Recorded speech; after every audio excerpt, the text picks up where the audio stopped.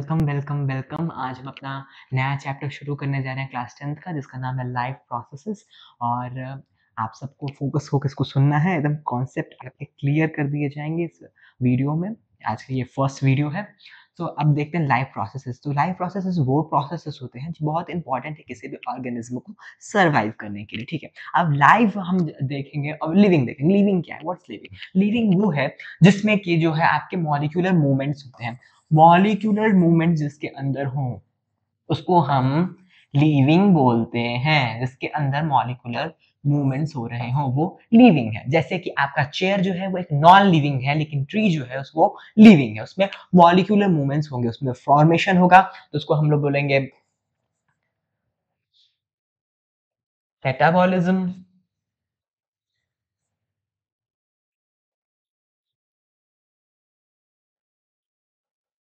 Break down होगा हम तो उसको बोलेंगे कैटाबॉलिज्म। फॉर्मेशन होगा तो उसको हम लोग बोलेंगे एनाबॉलिज्म। इन दोनों प्रोसेस जो चलते रहते हैं इनको हम बोलते हैं मेटाबॉलिज्म। मेटाबॉलिज्म जो है वो किसी भी ऑर्गेनिज्म का लिविंग होने का प्रमाण है, ठीक है। हम सो रहे हैं तो भी हमारा मेटाबॉलिज्म का जो प्रोसेस है वो चलता रहता है, और हम अगर जागते हैं तो भी वो चलता रहता है। जब तक हम मरे नहीं, हमारी बॉडी में जो है मेटाबॉलिज्म का जो मॉलिक्यूलर मूवमेंट है ये चलती रहती है। तो लिविंग हमारे जो प्रोसेसेस हैं इनको हमने 4 कैटेगरीज में डिवाइड किया है। जैसे कि किसी भी ऑर्गेनिज्म को कुछ काम करने के लिए उसे एनर्जी की जरूरत होगी, तो वो फूड इनटेक करेगा, तो उसको हम बोलेंगे न्यूट्रिशन। फर्स्ट लाइफ प्रोसेस जो है उसको बोलेंगे न्यूट्रिशन। न्यूट्रिशन चाहिए, फिर न्यूट्रिशन के बाद उसको ऑक्सीडेशन रिडक्शन करा करके उसको सिंपल फॉर्म में ब्रेक डाउन करना पड़ेगा ताकि वो उसको यूटिलाइज कर सके बॉडी। तो इसको ऑक्सीडेशन कराने के लिए इसका हमें बाहर से ऑक्सीजन चाहिए, और इस प्रोसेस को जो हम ब्रेक डाउन कराते हैं ऑक्सीजन के प्रेजेंस में, इसको हम बोलेंगे रेस्पिरेशन।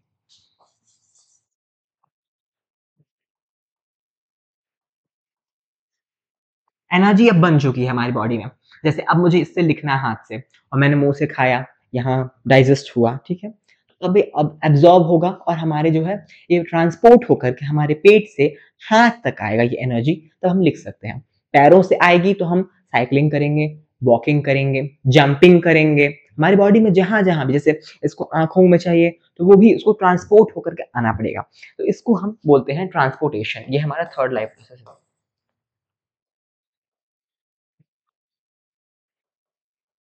हमारी बॉडी में इतने प्रोसेसेस हुए, जैसे फैक्ट्री में ढेर सारे आपके प्रोसीजर्स होते हैं किसी प्रोडक्ट को बनाने के लिए, तो वहां पे कुछ हमारे वेस्ट जनरेट होते हैं। उसी तरह बॉडी में भी कुछ टॉक्सिक जनरेट होंगे। अगर बॉडी इसे एलिमिनेट टाइम पर नहीं करती है तो उससे क्या होता है कि टॉक्सिसिटी फैल जाएगी और बॉडी के जो सेल्स है मर जाएंगे। ऑर्गेनिज्म छोटा है तो एक सेल का भी तो भी मर जाएगा, तो उसको भी एलिमिनेट करना होगा, रिमूवल करना होगा वेस्ट का। उसको हम लोग बोलते हैं एक्सक्रीशन।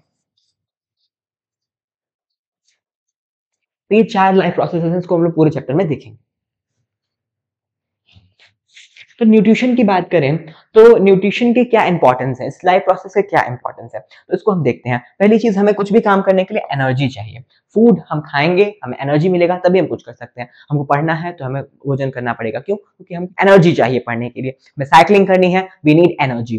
फिर हम बोलेंगे इसको बॉडी स्ट्रक्चर्स बनाने के लिए, हमें कोई भी स्ट्रक्चर्स अपने बनाने हैं, नाक, कान, आंख, गला जो भी बना हुआ है हमारा न्यूट्रिएंट से बना हुआ है, तो we need nutrients for maintaining, for making our body structures.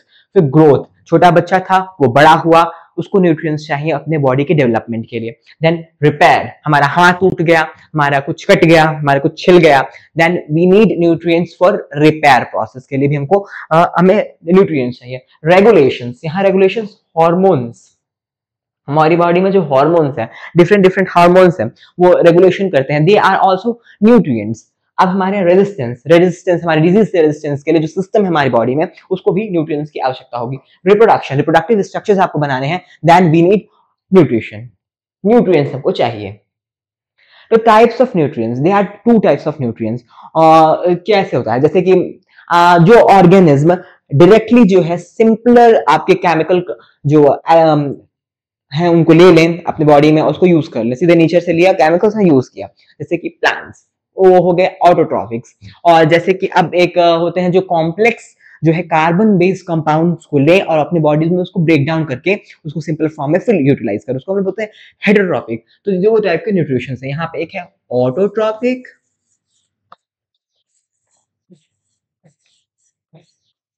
एक है heterotrophic. Two types of mode of nutrition है यहाँ पे, एक है ऑटोट्रॉपिक, एक है आपका हेटेरोट्रॉपिक। ऑटोट्रॉपिक जो होता है वो सेल्फ, और ट्रॉपिक का मतलब होता है न्यूट्रिशन, जो अपना भोजन स्वयं बनाए, उसको बोलते हैं हम लोग autotrophic mode of nutrition. Heterotrophic mode of nutrition वो होता है जो कि दूसरे पे डिपेंडेंट हो, ठीक है। हेटेरो का मतलब होता है जो कि दूसरे पे डिपेंडेंट हो, डिपेंड्स ऑन अदर्स, ठीक है। जैसे प्लांट्स को खाएगा या फिर प्लांट्स को खाएगा, डिफरेंट एनिमल्स के प्रोडक्ट्स को खाएगा या एनिमल्स को खाएगा, मतलब जो दूसरे को खाए, उसके प्रोडक्ट्स को खाए, उसको हम हेटेरोट्रॉपिक बोलते हैं। जो अपना भोजन अपने बनाए, जैसे एक सिंपल फॉर्म से केमिकल्स को ले, उसको बोलेंगे हम ऑटोट्रॉपिक। जो अपना भोजन अपने बनाए उसको बोलेंगे ऑटोट्रॉपिक। हेटेरोट्रॉपिक वो है जो दूसरे पे जो है डिपेंडेंट रहेगा। तो जो एंजाइम्स क्या होते हैं, जैसे कॉम्प्लेक्स जो हमारे हमारे कंपाउंड हैं, उनको जो है ब्रेक डाउन करके सिंपलर फॉर्म में बदलने के लिए हमें कुछ बायोकैटलिस्ट चाहिए होते हैं। जैसे कि एक एग्जांपल देंगे हम सलाइवा का, उसमें सलाइवरी अमाइलेज होता है जो कि स्टार्च को, हमारी जो रोटी हमने खाई उसमें जो स्टार्च उसको ब्रेक डाउन किया और हमारे बॉडी में एब्जॉर्ब कराने में हेल्पफुल रहा। तो ये हो गए एंजाइम्स। तो ये जो होते हैं कॉम्प्लेक्स स्ट्रक्चर को तोड़ करके छोटे छोटे जो है प्रोडक्ट बनाते हैं। ऑटोट्रॉपिक मोड ऑफ न्यूट्रिशन, अब ये जो है मोड ऑफ न्यूट्रिशन जो है प्लांट्स और हमारे ब्लू ग्रीन अलगा करते हैं, ठीक है। कुछ हमारे जो बैक्टीरियाज है वो भी करते हैं। अब जो है ये क्या होता है कि इसमें अपना फूड अपने बनाते हैं और इनको जो है सिंपल जो है केमिकल कंपाउंड्स ही ये लेते हैं नेचर से। अब जो लीव्स होती हैं उसमें होते हैं मेसोफिल सेल्स, मेसोफिल सेल्स में होता है क्लोरोफिल, क्लोरोप्लास्ट में होता है हमारा क्लोरोफिल। तो इससे जो है हम इस प्रोसेस को देखेंगे कि कैसे ये प्रोसेस चलता है और कैसे जो है हमारा ऑक्सीजन बनती है जिसको हम लेते हैं। ऑक्सीजन के बारे में सबने सुना है, उसको हम देखेंगे कि हम कैसे ऑक्सीजन को लेते हैं इस प्रोसेस को। अब इसको डिटेल में हम देखते हैं। अब भी होता है ऑटोट्रॉपिक मोड ऑफ न्यूट्रिशन में क्या होता है कि ये जो है ये बहुत ये जो आपका इक्वेशन लिखा हुआ एग्जाम्स में पूछता है, इसको ध्यान से देख लीजिए कि कैसे जो है हमारा कार्बन डाइऑक्साइड और वाटर, क्लोरोफिल और सनलाइट के साथ मिल करके यहाँ पे ग्लूकोज बनता है और कैसे वहां से ऑक्सीजन निकलता है और जो हमारे वाटर का फॉर्मेशन होता है। ये जो है बहुत इंपॉर्टेंट इक्वेशन एग्जाम से बार बार पूछती है, इसको एक बार ध्यान से देख लीजिए। अब ये है इंपॉर्टेंट स्टेप्स ऑफ फोटोसिंथेसिस। क्या होता है फोटोसिंथेसिस में कि जो लाइट एनर्जी है वो जो है क्लोरोफिल से हमारे एब्जॉर्ब की जाती है। जो क्लोरोफिल हमारे मेसोफिल सेल्स के क्लोरोप्लास्ट में प्रेजेंट होते हैं, उनसे की हमारी जो लाइट एनर्जी है वो एब्जॉर्ब की जाती है। वो लाइट एनर्जी जो होती है वो कन्वर्ट की जाती है केमिकल एनर्जी में। उस केमिकल एनर्जी का जो यूज है उसको यूज करते हैं हम स्प्लिटिंग ऑफ वाटर में। जैसे कि स्प्लिटिंग ऑफ वाटर करके उसको हम हाइड्रोजन आयन में और जो है इलेक्ट्रॉन कुछ निकलेंगे और ऑक्सीजन निकलता है, ठीक है। फिर थर्ड प्रोसेस ये है कि हम उसका जो कार्बन डाइऑक्साइड है उसका रिडक्शन कराते हैं कार्बोहाइड्रेट्स में। तो तीन प्रोसेसेस हैं, एग्जाम्स में बहुत बार पूछी जाती हैं और इस प्रोसेस को ध्यान से याद रखना है। अब इसको हमने डायग्राम के थ्रू दिखाया हुआ है कि कैसे ये सनलाइट एब्जॉर्ब हुई है क्लोरोप्लास्ट के क्लोरोफिल के साथ। मेसोफिल सेल्स में जो हमारे क्लोरोप्लास्ट है उनमें जो क्लोरोफिल है उससे जो है हमने सनलाइट को ट्रैप किया और उससे जो है वाटर को स्प्लिट किया, ठीक है। उससे जो आगे की प्रोसेस हुई, ठीक है, और जो ऑक्सीजन निकली वो एयर में रिलीज हो गई। डेजर्ट प्लांट्स क्या होते हैं, ये इमीडिएट प्रोसेस नहीं है, ठीक है। स्टोमेटा से जो हमारा आ रहा है वो एक इमीडिएट प्रोसेस नहीं है। डेजर्ट में क्या होता है, यदि स्टोमेटा सदा खुला रहेगा, उसमें उसमें सदा जो है प्रोसेस होती रहेगी, हवा अंदर बाहर होती रहेगी, तो क्या होगा कि उससे बहुत ज्यादा वाटर लॉस हो जाता है। उनके पास कुछ एडाप्टेशन होते हैं, उनके पास कुछ एडाप्टेशन होते हैं, जैसे कि उनका जो वैक्सी लेयर होता है और उनके पास जो है जो सरफेस होता है वो स्मॉल कर दिया जाता है, उसमें स्पाइंस होती हैं लीव्स की, और जो है उनके स्टेम्स जो होते हैं वो भी वाटर को स्टोर करते हैं। और उनका जो रूट सिस्टम है वो बहुत वाइडली स्प्रेड होता है और उनके पास ना क्यूटाइल वैक्सी लेयर होती है उनके पूरे सरफेसेस पे। और जो उनकी स्टोमेटा होती है वो डे टाइम के समय पे, स्टोमेटा जो होती है, स्टोमेटा जो होती है वो डे टाइम के समय पे, डे टाइम पे जो होती है वो क्लोज होती है।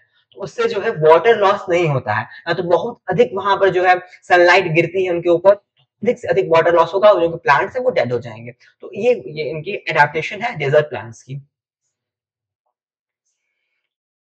ये जो पॉइंट्स हमने जो 4 लिखे हैं ये बहुत इंपॉर्टेंट पॉइंट्स हैं। एग्जाम में इसको बहुत बार पूछा जाता है, तो ध्यान दीजिए कि जो ये जैसे फोटोसिंथेसिस का प्रोसेस है, इसको ध्यान से देखिए। ऑक्सीजन जो होता है वो रिलीज होता है स्प्लिटिंग ऑफ वाटर से, ठीक है? और जो प्लांट्स में होते हैं उसमें जो ग्लूकोज बन रहा है फोटोसिंथेसिस से, वो स्टार्च के फॉर्म में स्टोर होता है। जो ह्यूमंस है उनमें ये जो ग्लूकोज है वो ग्लाइकोजन के फॉर्म में स्टोर होता है, ठीक है? और जो ओपनिंग और क्लोजिंग ऑफ स्टोमेटा है वो गार्ड सेल्स जो होती है, आगे हम देखेंगे, उससे रेगुलेट होती है। उसमें वाटर जाता है तो कैसे होता है उसका प्रोसेस को हम आगे देखेंगे। एक क्रॉस सेक्शन है आपके बुक में दी हुई है, इसको बहुत ध्यान से देख लीजिए। इसके डायग्राम बेस्ड क्वेश्चन आपसे पूछ सकते हैं, ठीक है? कैसे वैक्सी लेयर है क्यूटाइल की, फिर एपिडर्मिस है, की मतलब होता है ऊपर, डर्मिस मतलब होता है स्किन, ठीक है? तो ये एपिडर्मिस हो गया। फिर क्लोरोप्लास्ट है, क्लोरोप्लास्ट के अंदर एक क्लोरोफिल होता है जो पिगमेंट है ग्रीन कलर का, जो कि सनलाइट को कैच करता है, ठीक है? ये आपके बुक में है, इसको ध्यान से देख लीजिएगा। अब ये है स्टोमेटा। स्टोमेटा जो होता है वो हमारे पोर्स होते हैं, लीव्स में प्रेजेंट होते हैं, जिससे कि हमारे एयर को अंदर बाहर आता है, जिससे कि ट्रांसपिरेशन होता है, ठीक है? अब क्या होता है कि जो वाटर होता है जब ये इसके अंदर एंटर करता है, वाटर इसके अंदर एंटर करता है, जब वाटर जो है इसके अंदर एंटर करता है, तो ये जो होते हैं वो स्वेल अप हो जाते हैं। स्वेल अप होने से ये जो है ऐसे खुल जाते हैं, ठीक है? जब जैसे बैलून आपका होगा, बैलून में आपने हवा भरी तो बैलून फूल गया, फिर उसमें जो है पोर्स जो है ऐसे वाइड हो गए, तो उससे जो है आपका ट्रांसपिरेशन हो जाएगा, उसमें आपका जो एयर है वो अंदर बाहर होता रहेगा। जब जो ये है, ये जब ये वाटर वापस निकल जाता है, वाटर जो है इससे वापस निकल जाता है, गार्ड सेल से जो वाटर है वो वापस निकल जाता है, तो वापस ये फ्लैसिड होकर चिपक जाते हैं, ठीक है? तो इससे जो है स्टोमेटा क्लोज हो जाता है। तो हेटेरोट्रॉपिक मोड ऑफ न्यूट्रिशन के बारे में अब हम देखेंगे। हेटेरो मतलब वो होता है जो कि डिपेंड्स ऑन अदर्स, जैसे कि आपके काऊ हो गई, वो उसके पास क्लोरोफिल नहीं है, काऊ ग्रीन कलर की नहीं है, उसके पास क्लोरोफिल नहीं है, उसके पास क्लोरोप्लास्ट नहीं है, वो डायरेक्ट जो है सनलाइट को अपने ऊपर ले करके उससे अपना फूड नहीं बना सकती। काऊ को जो है वो घास खाना पड़ता है। ईगल है, उसके पास भी क्लोरोफिल नहीं है उसके फीदर्स में कि उससे वो जो है अपना फूड स्वयं से बना ले, ठीक है? आपकी जो बिल्ली है उसके पास भी क्लोरोफिल नहीं है कि उसके म्याऊ म्याऊ करे और उसको जो है सनलाइट कैच करे और उससे भोजन बना ले। उसके उस बेचारों को जो है दूसरे जो है प्लांट्स पे, अदर एनिमल्स पे डिपेंड होना पड़ता है, अदर एनिमल्स के प्रोडक्ट पे डिपेंड होना पड़ता है अपने सर्वाइवल के लिए। इसको हम बोलेंगे हेटेरोट्रॉपिक मोड ऑफ न्यूट्रिशन। ये क्या करता है, जो कॉम्प्लेक्स आपके कार्बन बेस्ड कंपाउंड्स हैं उनको अपनी बॉडी में लेगा, एंजाइम के थ्रू उसको ब्रेक डाउन करके सिंपल करेगा, देन उसको सिमुलेट करके, एब्जॉर्ब एसिमुलेट करके अपनी बॉडी में यूज करेगा। तो इसको बोलते हैं हेटेरोट्रॉपिक मोड ऑफ न्यूट्रिशन। अब इसके हम थोड़े टाइप्स देखेंगे। हाइड्रोट्रॉपिक मोड ऑफ न्यूट्रिशन के 3 टाइप्स होते हैं। एक सेप्रोफाइट न्यूट्रिशन जो है कि डेड और डिकेइंग मैटर पे ग्रो करके और उससे जो है सक करता है, जैसे कि हमारे ब्रेड मोल्ड्स हो गए, हमारे जो है फंजाई हो गए, ब्रेड मोल्ड्स हो गए, केक बनाने के लिए या जो हमारे फर्मेंटेशन करने के लिए ईस्ट का इस्तेमाल होता है वो हो गया। ये क्या करते हैं कि किसी डेड और डिकेइंग मैटर पे ग्रो करते हैं इस तरह से, और उससे जो है एब्जॉर्प्शन करते हैं, अपने न्यूट्रिएंट्स को एब्जॉर्ब करते हैं, सक करते हैं। ये तो ये है सेप्रोफाइटिक न्यूट्रिशन, डेड और डिकेइंग मैटर पर ग्रो करने वाले। पैरासिटिक न्यूट्रिशन वो होता है जो दूसरे ऑर्गेनिज्म पर जो है पैरासाइट के रूप में रहते हैं और उससे न्यूट्रिशन को लेते हैं, ठीक है? ये भी 2 तरह के होते हैं। एक एंडोपैरासाइट होते हैं जो कि हमारे बॉडी के या किसी के ऑर्गेनिज्म के बॉडी के अंदर होते हैं, और जो एक्टोपैरासाइट होते हैं वो की बॉडी की सरफेस के ऊपर होते हैं। तो 2 साइड के पैरासाइट्स होते हैं, ठीक है? अब ये होलोजोइक मोड ऑफ न्यूट्रिशन जो कि सॉलिड फूड को खाए, सॉलिड फूड को जो खाता है उसको हम बोलते हैं होलोजोइक मोड ऑफ न्यूट्रिशन। इसमें भी 3 टाइप्स होते हैं। एक है आपका हर्बीवोरस, कार्निवोरस एंड ऑमनिवोरस। हर्बीवोरस वो होता है जो कि प्लांट बेस्ड उसकी डाइट हो, उसको हम बोलते हैं जो प्लांट बेस्ड हो उसको बोलते हैं herbivorous mode of nutrition. Carnivorous जो होता है वो फ्लैश ईटर्स होते हैं, और जो ऑमनिवोरस होता है वो बोथ खाता है, दोनों खाता है, जैसे कि आपका डॉग हो गया, कैट हो गया, दे आर द ऑमनिवोरस एनिमल्स। और आपके ह्यूमंस को भी हम ऑमनिवोरस में ही गिनेंगे। क्योंकि बहुत से ह्यूमंस जो हैं वो भी फ्लैश मतलब खाते हैं, तो दे आर आल्सो ओमनिवोर्स। आपके ये पैरासिट्स हैं, देखिए ये टिक्स हो गए जो एनिमल के बॉडी पे होते हैं, उससे ब्लड सक करते हैं। ह्यूमंस के हेड में होते हैं लाइसिस, ये भी सक करते हैं। लीचेस हैं, लीचेस भी जो है इनके लीच की थेरेपी होती है। आप देखिए कि लीच की थेरेपी कहीं सुनी होगी, फेशियल कराया जाता है, ये भी जो है बहुत से ट्रीटमेंट होते हैं ऐसे लीचेस के थ्रू होता है, तो वो भी जो है सक करते हैं। तो ये जो है इनको हम इन तीनों को क्या बोलेंगे, इन तीनों को हम बोलेंगे एक्टोपैरासाइट। ये है टेपवॉर्म जो कि हमारे गट में होता है, ठीक है। किसी को इन्फेक्शन हो जाए तो उसके गट में टेपवॉर्म होता है, वो क्या करता है अंदर से जो है हमारी गट से जो है कि अपने न्यूट्रिशन को लेता है, तो इसको हम बोलेंगे एंडोपैरासाइट। ये एंडोपैरासाइट। कुछ प्लांट्स हैं जो कि पैरासिटिक है। ये कस्कुटा है, अमरबेल। अमरबेल ये क्या करती है कि दूसरे प्लांट्स के ऊपर ग्रो करती है, तो उससे अपना न्यूट्रिशन लेती है, ठीक है, अपना फूड नहीं बनाती। तो ये एक पैरासिटिक है। ये वेनस फ्लाई ट्रैप्स और पीछे प्लांट जो होते हैं, ये क्या करता है कि यहाँ पे कोई बैठेगा ना, तो ये उसको फ्लाई पर से कैच कर लेगा और उसको खा जाएगा। ये पीछे प्लांट भी ऐसे इसका लिड बंद हो जाता है, इसमें कोई बैठेगा तो। ये इंसेक्टिवोरस प्लांट्स है। अपने नाइट्रोजन की जो रिक्वायरमेंट है उसको पूरा करने के लिए ये ऐसा करते हैं। इनका भी याद रखिएगा डेफिनेशन, कभी कभी पूछ देता है। अब हम पढ़ेंगे हेटेरोट्रॉपिक मोड ऑफ न्यूट्रिशन में अमीबा। अमीबा एक सिंगल सेलुलर जो है यूनिसेलुलर एक ऑर्गेनिज्म है जो कि इनरेगुलर होता है, ठीक है, उसका कोई फॉर्म नहीं होता, तो ये अमीबा है। अमीबा एक यूनिसेलुलर ऑर्गेनिज्म है।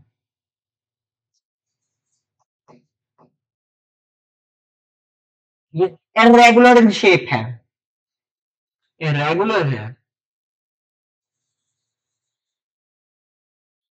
अमीबा क्या करता है, ये यहाँ पे जैसे ये तो वाटर में होता है, पॉन्ड में होता है, जनरली ये क्या होता है पॉन्ड में होता है, पॉन्ड से पाया जाता है ये क्या करता है, यहाँ फूड आइटम आया तो एक फिंगर लाइक स्ट्रक्चर बनाकर जाएगा और फूड को वो ऐसे ऐसे से ग्रैब करेगा और उसको अपने अंदर लेगा।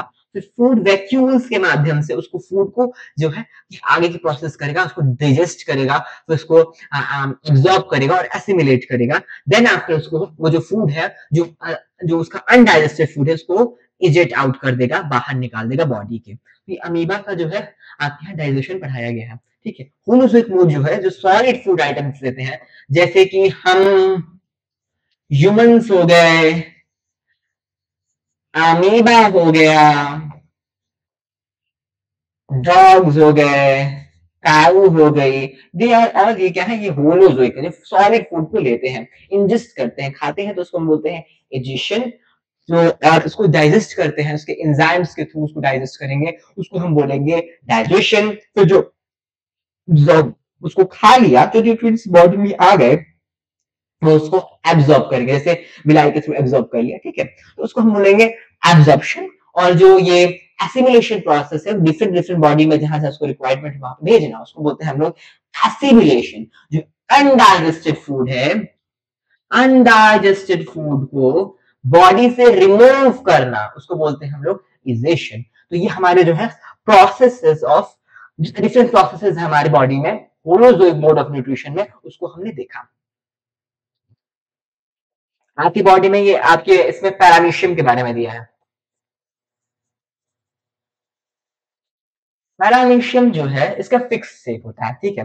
ये क्या करता है कि बॉडी में इसके सीलिया प्रेजेंट होती हैं, ठीक है। तो सीलिया से मारते हुए, जैसे झाड़ू से मारते हुए कोई ले आए, एक डिफरेंट एक ऐसे स्पेसिफिक स्ट्रक्चर के पास ले आए और वहां से बॉडी के अंदर वो घुसाया, इसको जो है मारता हुआ, यहाँ फूड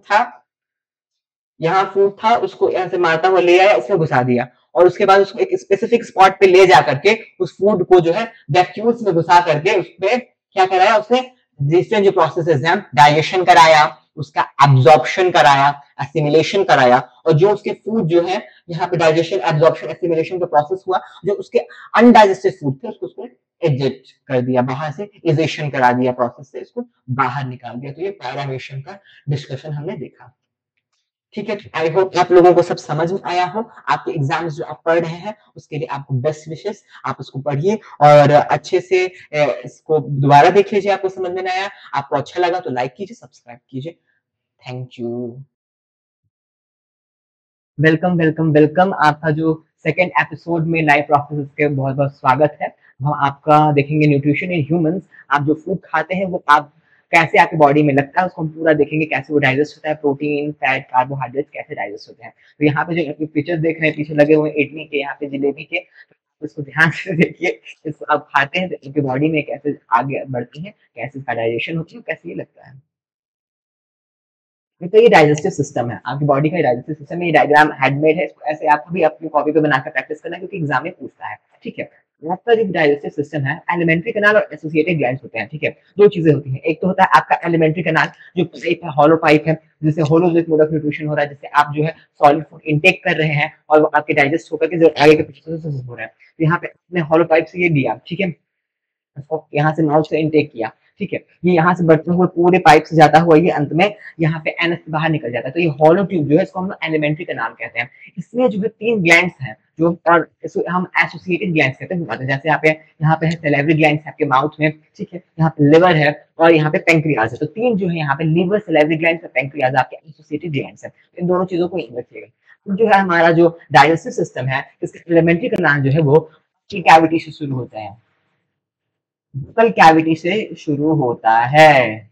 यहाँ पे जो होते हैं प्रेजेंट होते हैं आपके सैलिवरी ग्लैंड। सैलिवरी ग्लैंड जो होते हैं उसमें होता है सैलिवरी एमाइलेज एंजाइम। एंजाइम होता है क्या, तो बायोकैटलिस्ट एंजाइम। ठीक है, बायोकैटलिस्ट एंजाइम जो हमको ब्रेक डाउन करेगा स्टार्च को, माल्टोस एक शुगर है उस पर कन्वर्ट कर देता है। ठीक है, यहाँ पे स्टार्च का डाइजेशन होता है। बकल कैविटी से जो आपका फूड है आगे बढ़ता है ईसोफेगस में। ईसोफेगस जो है इसको हम फूड पाइप भी बोलते हैं। ईसोफेगस को हम क्या बोलते हैं, फूड पाइप बोलते हैं। फूड, यहाँ से जो फूड है आगे बढ़ता है, इस फूड को हम बोलस बोलेंगे। अब इस फूड को हम क्या बोलेंगे, जो माउथ में हमने इसको चीव किया, चबाया, उसको हमने सलाइवा से मिक्स किया, अब आगे बढ़ता है हमारे ईसोफेगस में, फूड पाइप में, उसको हम बोलस बोलेंगे।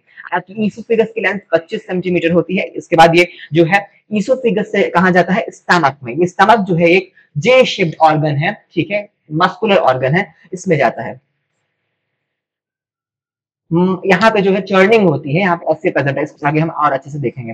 ठीक है, अभी ये स्टमक से आगे बढ़ता हुआ जिजेनम और ड्यूडेनम, और उसके बाद जो है आपका ये स्मॉल इंटेस्टाइन का पार्ट है, वहां पे आता है। स्टमक से होता हुआ ये आता है कहाँ पे, स्मॉल इंटेस्टाइन के पास। स्मॉल इंटेस्टाइन, स्मॉल इंटेस्टाइन में क्या होता है ना कि यहाँ पे एब्जॉर्प्शन का प्रोसेस होता है। ठीक है, वेलाई प्रेजेंट होती है, उसको हम देखेंगे।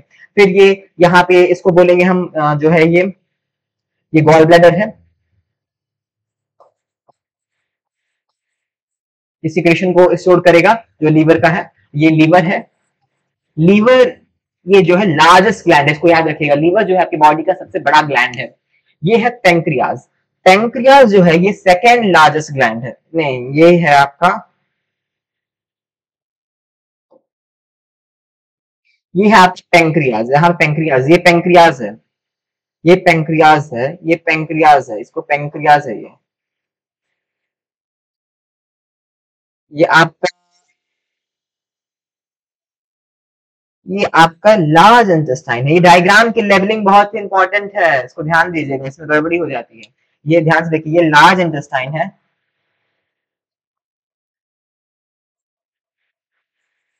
ये आपका स्मॉल इंटेस्टाइन है।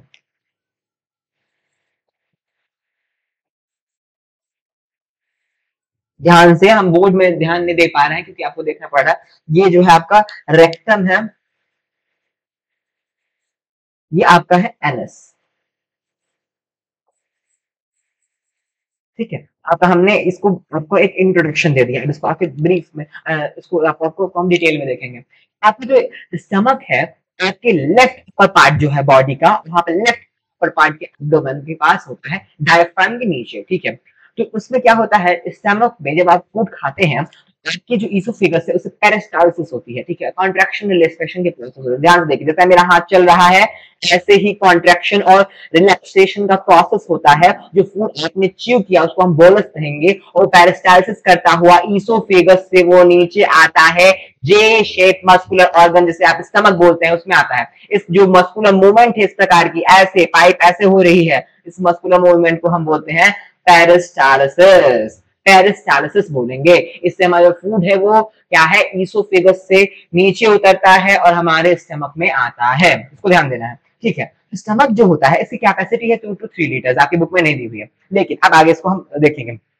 इसका फंक्शन क्या है, ये स्टोरेज करता है आपके 1 से 6 घंटे, जितना आप जैसा आपने खाया ग्लूकोज का जो तुरंत एब्जॉर्प्शन कर लेगा, ड्रग का तुरंत एब्जॉर्प्शन कर लेगा, ठीक है, लीवर तक भेज देगा, और ये भी काम करता है। तो ये जो है स्टोरेज करेगा किसका, फूड का। जैसे ग्लूकोज है तो जल्दी पच जाता है, फैट है तो टाइम लगता है, ठीक है। जैसे आपने जैसे व्रत है, आपने दूध पिया तो कम ज्यादा देर तक जो है भूख नहीं लगती है, ठीक है, क्योंकि प्रोटीन है, उसको डाइजेशन समय लगता है। लेकिन आपने अगर जो है ग्लूकोज लिया है, कुछ आपने चीनी पानी पी ली है, उसको जल्दी भूख लगेगी, क्योंकि उसको जो है स्टोरेज जल्दी वो डाइजेस्ट हो जाएगा, ठीक है। तो उसको जो है कम देर तक हमारा जो है स्टमक रख पाता है। तो ये इसके पीछे कारण है। तो इसमें टेम्पोररी स्टोरेज करता है ये आपके 1 से 6 आवर, जैसा आपका न्यूट्रिएंट है, जैसा आपका सब्सटेंस आपने खाया है, उसको उसको जैसे कि किसी को 1 घंटा, किसी को 6 घंटा, जैसा उसके उस पर डिपेंड करता है। ये जो है सॉफ्ट करता है, इसके अंदर सील है जो कि फूड को सॉफ्ट करता है, ठीक है, डिसइंफेक्ट करता है। कोई अगर उसमें बैक्टीरिया है तो उसको मार डालेगा, ठीक है, एचसीएल की वजह से। चर्निंग होती है, जो बड़े फूड पार्टिकल्स इनको छोड़कर तोड़ देगा, ठीक है। तो उसमें चर्निंग का प्रोसेस है, जैसे मिथिलीन चलती है, जैसे आपके मिक्सर चलता है, वैसे चर्निंग का प्रोसेस होता है। चर्निंग के प्रोसेस से बड़े जो आपके फूड आइटम्स है, बड़ा जो बोलस है वो छोटा बन जाता है, तोड़ दिया जाता है, इससे पार्शियल डाइजेशन हो जाएगा। कंप्लीट डाइजेशन आपका जो होता है वो स्मॉल इंटेस्टाइन में होता है। तो अभी देखिए यहाँ पे जो डाइजेशन होगा उसको हम पार्शियल डाइजेशन बोलेंगे, ठीक है। इसमें अब क्या होता है कि जो फूड है वो पार्शियल डाइजेस्ट हो गया और काइन बन गया, यहाँ पे काइन बन गया, और यहाँ से जो है बाहर निकलेगा, यहाँ से जो है कहाँ निकल जाएगा, वो इंटेस्टाइन के लिए वो आगे बढ़ेगा। अब इसमें एचसीएल क्यों होता है, हमारे जो है स्टमक में एचसीएल क्यों होता है। एचसीएल इसलिए होता है क्योंकि इसका पीएच 1 to 2 चाहिए होता है, इसके लिए पेप्सिन एंजाइम को जो है एक्टिवेट करने के लिए, पेप्सिन एंजाइम को, पेप्सिनोजाइम को वो एक्टिवेट कर देगा, क्या बना जाएगा, पेप्सिन बना देगा, ठीक है। तो ये जो है एचसीएल आपके फूड को सॉफ्ट करता है। आपके मुंह में जो सलाइवरी अमाइलेज सिक्रीट हुआ था, जिसने स्टार्च को माल्टोस में, सेलेवरी अमाइलेज ने जो स्टार्च है उसको माल्टोज में स्टार्च को, सेलेवरी अमाइलेज में क्या था, स्टार्च को माल्टोज में कन्वर्ट किया था। वो सेलेवरी अमाइलेज यहाँ पर डीएक्टिवेट किया जाता है, किसके द्वारा, एचसीएल के द्वारा, ठीक है। और यहाँ पे एचसीएल जो होता है उसको हमारा जो स्टमक है उसकी वॉल को वो क्या कर सकता है, बेकार कर सकता है, उसको जला सकता है। उसके लिए हमारे जो स्टमक है, स्टमक में हमारी होती है म्यूकस की लेयर, म्यूकस लेयर होती है जो कि एचसीएल को क्या करती है, स्टमक की वॉल को खराब करने से रोकती है, ठीक है। तो हमारे स्टमक में 3 चीजें सिक्रीट होती हैं। स्टमक में हमारे 3 चीजें, हमारे जो गैस्ट्रिक ग्लैंड्स हैं, स्टमक का जो गैस्ट्रिक ग्लैंड है उससे 3 चीजें क्या सिक्रीट होती हैं, गैस्ट्रिक ग्लैंड से हमारे सिक्रीट होता है एचसीएल, पेप्सिन और म्यूकस, ठीक है। यहाँ हमारे स्टमक में क्या होता है, पार्शियल डाइजेशन, और कंप्लीट डाइजेशन हमारा होता है स्मॉल इंटेस्टाइन में। इसको ध्यान देना चाहिए, ठीक है। इसोफेगस से यहाँ पे बोलस आया, बोलस यहाँ से काइम बना, ठीक है। ये आपका तुम्हारा ये क्या है, लीवर है। ये लीवर जो है ये लार्जेस्ट ग्लैंड है हमारी बॉडी में। जैसे प्लांट की बॉडी में जो ग्लूकोज होता है वो स्टार्च की फॉर्म में स्टोर होता है, उसी तरह से हमारी बॉडी में जो ग्लूकोज है वो ग्लाइकोजन के फॉर्म में स्टोर होता है, ठीक है। और जो ग्लाइकोजन है हमारे लीवर में जाकर स्टोर होता है, कहाँ होता है, लीवर में जाकर स्टोर होता है। ग्लूकोज जो है वो हमारे लीवर में जाएगा, वहां पे ग्लाइकोजन के फॉर्म में स्टोर होता है, ठीक है। अब लीवर जो है ये क्या कहता है, फॉर्मेशन ऑफ बाइल। लीवर क्या करता है, फॉर्मेशन ऑफ बाइल। ये बाइल जो है हमारे गॉल ब्लैडर में जाकर स्टोर हो जाता है, ठीक है। अपने इसको हेपेटा बोलते हैं, ठीक है। हेपेटाइटिस सुना होगा, हेपेटाइटिस जहाँ पे हमारा लीवर बड़ा हो जाता है, ठीक है। तो जो है ये लीवर का डिजीज है, ठीक है। किसी ने आपने ये पेंक्रियाज है, ये देख लीजिए, पेंक्रियाज है, ठीक है। तो ये जो है सेकंड लार्जेस्ट ग्लैंड है और लीवर जो है वो फर्स्ट लार्जेस्ट ग्लैंड है, ठीक है। ये इसको नोट कर लीजिएगा। एक्स्ट्रा आपको बता दिया। तो ये एलिमेंट्री कैनाल, एसोसिएटेड ग्लैंड्स, इन्हीं दो पे हमारा ये पूरा टॉपिक चलेगा। माउथ से ईसोफेगस, माउथ पे हमारा एक पार्शियल डाइजेशन हुआ किसका, स्टार्च का। यहाँ कोई डाइजेशन नहीं होता है, no digestion at all. Oesophagus में कोई डाइजेशन नहीं होता है। फिर स्टमक में आया, यहाँ पे हमारा पार्शियल डाइजेशन हुआ। फिर यहाँ पे स्मॉल इंटेस्टाइन में हमारा कंप्लीट डाइजेशन हुआ। लार्ज इंटेस्टाइन में बढ़ेंगे तो हमारे जो वाटर है और जो हमारे सॉल्ट्स है वो हमारे एब्जॉर्ब होते हैं। रेक्टम में वहां पे स्टोर होता है और एनएस के थ्रू वो बाहर निकाल दिया जाता है। ठीक है, एसोसिएटेड ग्लैंड कौन कौन से हैं? लीवर है जो कि लार्जेस्ट ग्लैंड है, पैंक्रियाज है जो कि सेकंड लार्जेस्ट ग्लैंड है, और हमारे जो मुंह में प्रेजेंट होते हैं सलाइवा सिक्रीट करते हैं जिससे हमारे स्टार्च का डाइजेशन होता है। स्टार्च जो है वो माइल्टोज में कन्वर्ट किया जाता है, उसको हम बोलेंगे सैलरी ग्लैंड। ये तो तीन एसोसिएटेड ग्लैंड्स थे और ये हमारा एलिमेंट्री हॉलो कैनाल था जिससे हमारा होलो जो है प्रोसेस हो रहा है। ठीक है, स्मॉल इंटेस्टाइन जो होती है हर्बीवोरस एनिमल्स। हर्बीवोरस एनिमल्स कौन से हैं? आपने पिछले टॉपिक में पढ़ा है कि हर्बीवोरस एनिमल्स वो हेटेरोट्रॉपिक मोड ऑफ न्यूट्रिशन करने वाले हैं जो कि प्लांट बेस्ड डाइट लेते हैं, केवल प्लांट्स खाते हैं। तो उनकी जो स्मॉल इंटेस्टाइन होती है वो बड़ी होती है किसके कंपैरिजन में? Carnivorous. Carnivorous are the heterotrophic animals जो कि केवल फ्लैश ईटिंग करते हैं। ठीक है, प्लांट बेस्ड उनकी डाइट नहीं है, डायरेक्टली जो है फ्लैश ईटिंग करते हैं। उनकी जो स्मॉल इंटेस्टाइन है उनसे जो है हर्बीवोरस एनिमल की स्मॉल इंटेस्टाइन बड़ी होती है, क्योंकि जो सेलुलोज है, सेलुलोज जो है ये शुगर जो है, ये जो है कॉम्प्लेक्स है, इसको डाइजेशन में अधिक समय लगता है, मोर टाइम लगता है, इसलिए जो है जो हर्बीवोरस एनिमल्स है इनकी जो स्मॉल इंटेस्टाइन है वो बड़ी होती है कंपैरिजन में कार्निवोरस के। स्मॉल इंटेस्टाइन जो है इसमें जो होता है कंप्लीट डाइजेशन होता है, इसमें होता है कंप्लीट डाइजेशन। ये क्वेश्चन पूछा जा सकता है, कहां पे कंप्लीट डाइजेशन होता है आपका? कार्बोहाइड्रेट का, प्रोटीन का और फैट्स का। आपको बताना है स्मॉल इंटेस्टाइन, ये क्वेश्चन पूछा जा सकता है कहां पे आपका कंप्लीट डाइजेशन होता है कार्बोहाइड्रेट, प्रोटीन और फैट्स का, तो वो है स्मॉल इंटेस्टाइन।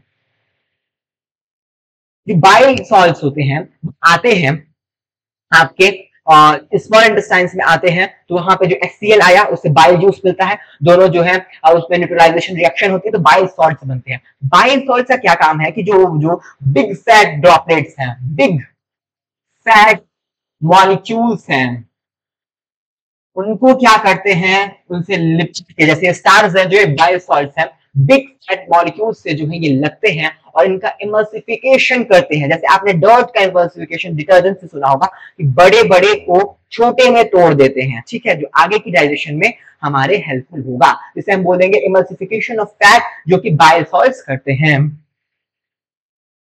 पैंक्रियाज जो है ये हेटेरोक्राइन ग्लैंड है, इसको हम क्या पढ़ेंगे? हेटेरोक्राइन ग्लैंड है, इसको हम जो है आगे उसमें पढ़ेंगे आपके कंट्रोल एंड कोऑर्डिनेशन वाले चैप्टर में। ठीक है, और ये जो है सेकंड लार्जेस्ट ग्लैंड है, तो इसकी भी सिक्रेशन जो है यहाँ पे ड्यूडेनम में डाली जाएगी।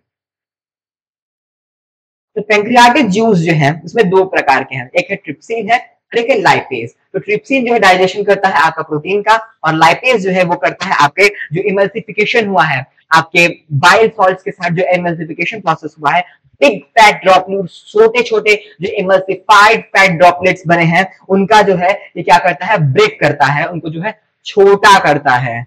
लाइपेज, पेज का मतलब है इसको ब्रेक डाउन करना। ठीक है, तो जो स्मॉल इंटेस्टाइन है इसमें आपके प्रोटीन, कॉम्प्लेक्स कार्बोहाइड्रेट्स और फैट, जो आपके प्रोटीन है वो जो स्मॉल यूनिट में, अपने स्मॉलर यूनिट जिसको हम बोलते हैं अमाइनो एसिड्स, उसमें कन्वर्ट हो जाते हैं। और जो आपके कॉम्प्लेक्स कार्बोहाइड्रेट्स हैं वो किसमें कन्वर्ट होते हैं? ग्लूकोज में। ग्लूकोज जो है वो जाएगा लिवर में, लिवर में ग्लाइकोजन बन जाएगा। आपके एनिमल के केस में ये ग्लाइकोजन बन जाएगा। ठीक है, जो आपके फैट्स है ये फैटी एसिड्स और ग्लाइसरॉल्स में कन्वर्ट हो जाते हैं और इनका एब्जॉर्प्शन और एसिमिलेशन होता है।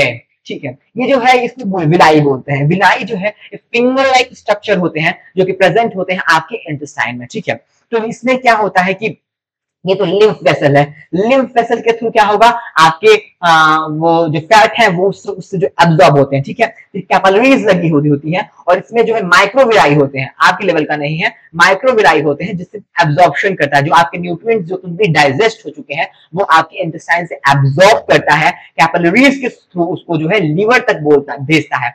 आपके लेवल का नहीं है, लेकिन हेपेटिक पोर्टल सिस्टम में डालता है, ये एक्स्ट्रा बता दिया, हेपेटिक पोर्टल सिस्टम में डालता है, ये एब्जॉर्ब होकर जाते हैं लीवर के पास। ठीक है, यहाँ पे आर्टरीज है, यहाँ वीन है और लिम्फ वेसल्स है, इसको देख लीजिए। ठीक है, लार्ज इंटेस्टाइन, लार्ज इंटेस्टाइन जिसे हम कॉलन भी बोलते हैं, इसमें अधिक विलाई होती है, वहां से क्या होता है, वाटर्स का जो है सॉल्ट्स का एब्जॉर्प्शन होता है। किसी को डिसेंट्री हुई हो तो वो जानते होंगे कि आपकी जो लार्ज इंटेस्टाइन जो कॉलन है वो अपना फंक्शनिंग नहीं कर पाती, इसके कारण जो है आपके लूज मोशंस होते हैं। ठीक है, किसी को कोलाइटिस हुआ हो तो वो भी जानते होंगे कि हमारी फंक्शनिंग होती है लार्ज इंटेस्टाइन की वो नहीं हो पाती और उससे एब्जॉर्प्शन सही से नहीं हो पाता वाटर, तो आपका स्टूल जो होगा वो क्या हो जाता है, लूज हो जाता है। ठीक है, इसके थ्रू अब क्या होता है कि यहाँ पे रेक्टम में आता है, ये रेक्टम में आता है, रेक्टम जो है ये क्या करता है कि आपके फीसेस को स्टोर करता है और उसके बाद यहाँ पे एनस से आता है और एनाल स्पिंचर से जो आप की इच्छा होती है कि हम जो है जेट आउट कर दे, रिमूवल ऑफ वेस्ट कर दे, अनडाइजेस्टेड फूड को हम बाहर निकाल दे, तो बाहर निकाल देता है। डेंटल कैरीज के बारे में हम पढ़ेंगे। हमारा जो टिप है वो जो है इनेमल से बना हुआ होता है। ठीक है, और अगर यहाँ पे हम कुछ खाएं और हमने वहां पे सलाइवा नहीं पहुंच पाया और वहां पे हमने उसका पीएच जो है वो एसिडिक हो गया, तो क्या होता है कि प्लेग बनता है। प्लेग अब क्या है, बैक्टीरिया जो होते हैं वो डर्ट के साथ जो मिलकर के कॉलोनी बना देते हैं और टिथ के ऊपर चिपक जाते हैं, उसको हम प्लेग बोलते हैं। आपने ब्रश अच्छे से नहीं किया, उसका पीएच मेंटेन नहीं किया, देन क्या होगा कि वो यहाँ पे इन्फ्लेमेशन करेगा, उसमें उससे जो है सूजन हो जाती है, उससे क्या होता है, इंफेक्शन हो जाएगा और जो आपका इनेमल है वो खराब हो जाएगा, आपकी जो टूथ ऊपर से खराब हो जाएगी और यहाँ से सड़न हो जाएगी, इसे हम बोलते हैं डेंटल कैरीज। इसके लिए हमें डेली ब्रश करना चाहिए, अपने दांत का पीएच मेंटेन करना चाहिए और जो है कुछ भी ऐसा खाएं तो हम अपना जो माउथ है उसको ब्रश करना चाहिए। ठीक है, अभी तक का आपका हमने सब कवर कर लिया। आई होप आपको समझ में आया हो, आपको समझ में नहीं आया तो उसको दोबारा देखिए और जो है अपनी एनसीईआरटी से, आप एनसीईआरटी बेस था, कुछ बाहर पढ़ने की जरूरत नहीं, दोबारा देखिए। Thank you, best of luck. Welcome welcome welcome. हम जो आज का हमारा टॉपिक है रेस्पिरेशन, जो हम लाइफ के चैप्टर के अंदर पढ़ने वाले हैं उसको हम देखने जा रहे हैं। रेस्पिरेशन, अब हमने क्या किया था, फूड खा लिया था, फूड हमारा डाइजेस्ट हो गया था, अब्सॉर्ब हो गया था और एसिमिलेट हो गया। जो अब न्यूट्रिएंट्स हैं, अब इनसे हमको क्या है, एनर्जी चाहिए, तो हम इसे क्या करेंगे, ब्रेक डाउन कराएंगे और उससे क्या करेंगे, एनर्जी का फॉर्मेशन करेंगे। तो रेस्पिरेशन अगर सिंपल वर्ड्स में देखें तो क्या है, break down of nutrients and formation of energy.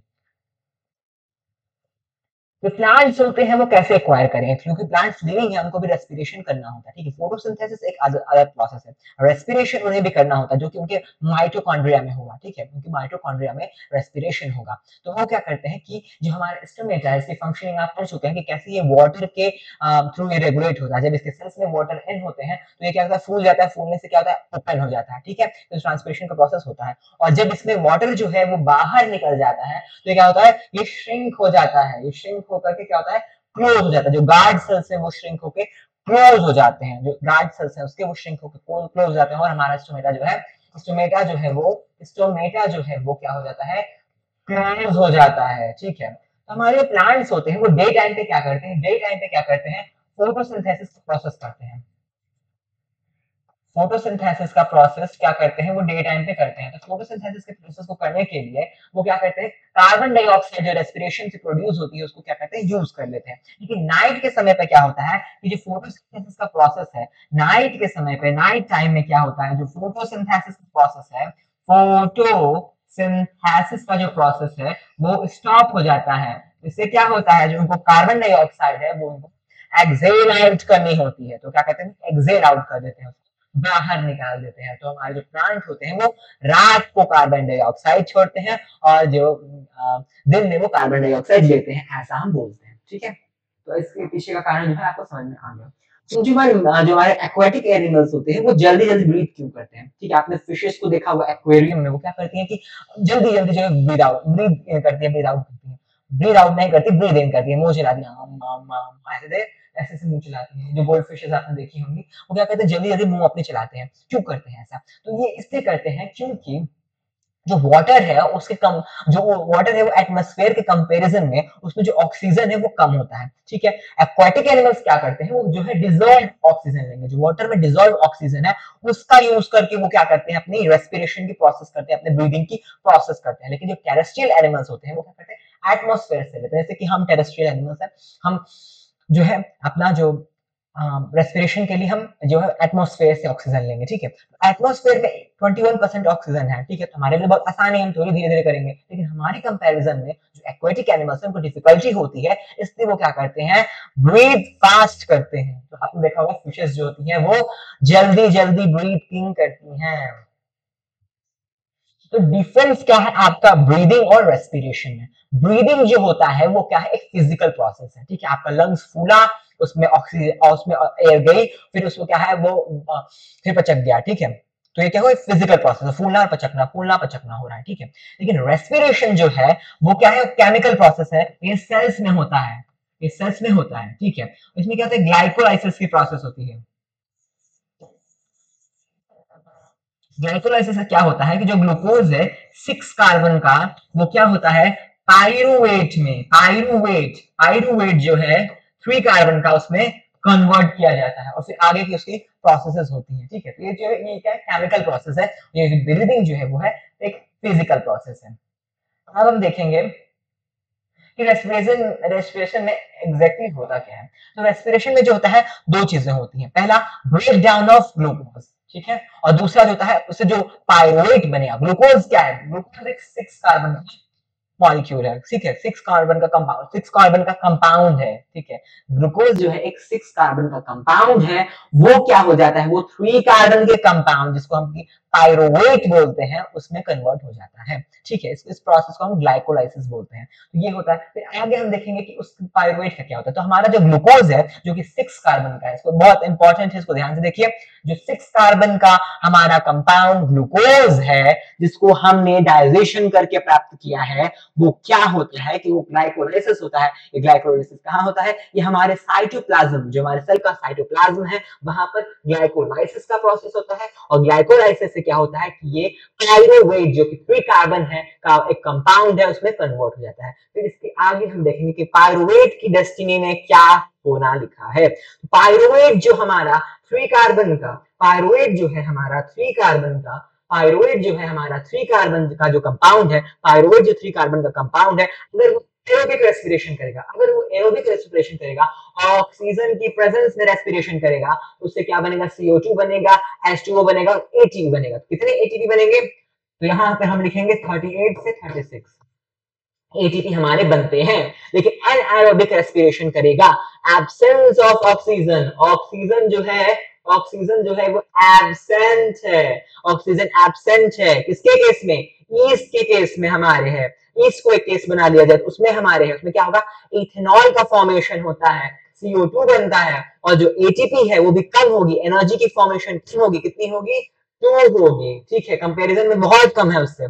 तो क्या होता है, इथेनॉल का जो फॉर्मेशन होता है ये हमारी इंडस्ट्रीज जो होती है, बेकरी की इंडस्ट्री, इसमें होता है, आगे इसको हम देखेंगे, ठीक है। तो जो है हमारे मसल्स है, हम अधिक जो है कभी वर्कआउट कर लें, अधिक हम काम कर लें, अधिक साइकिलिंग कर लें, अधिक वॉकिंग कर लें, तो हमारे जो मसल्स है, पैर के मसल्स में क्रैम्प्स हो जाते हैं, ठीक है, उसको डिस्कस करेंगे। क्रैम्पिंग हो जाती है, क्यों होती है, क्योंकि वहां पे जो है एनाएरोबिक रेस्पिरेशन होने लगता है ऑक्सीजन की डेफिशिएंसी के कारण। तो उससे क्या होगा, लैक्टिक एसिड का फॉर्मेशन होगा, लैक्टिक एसिड फॉर्मेशन होगा, CO2 का फॉर्मेशन होगा और ATP का फॉर्मेशन होगा। तो ये पायरुवेट है, ग्लाइकोलाइसिस जो हुआ हमारे साइटोप्लाज्म में, ये जो है यहाँ पर इससे यहाँ पे जो होगा ये माइटोकॉन्ड्रिया के अंदर होगा, ठीक है, इसको देखेंगे। और जो है पायरुवेट जो है यहाँ पे हमारे कैसे पायरुवेट से ATP बनता है, ये हमको इसको देखा।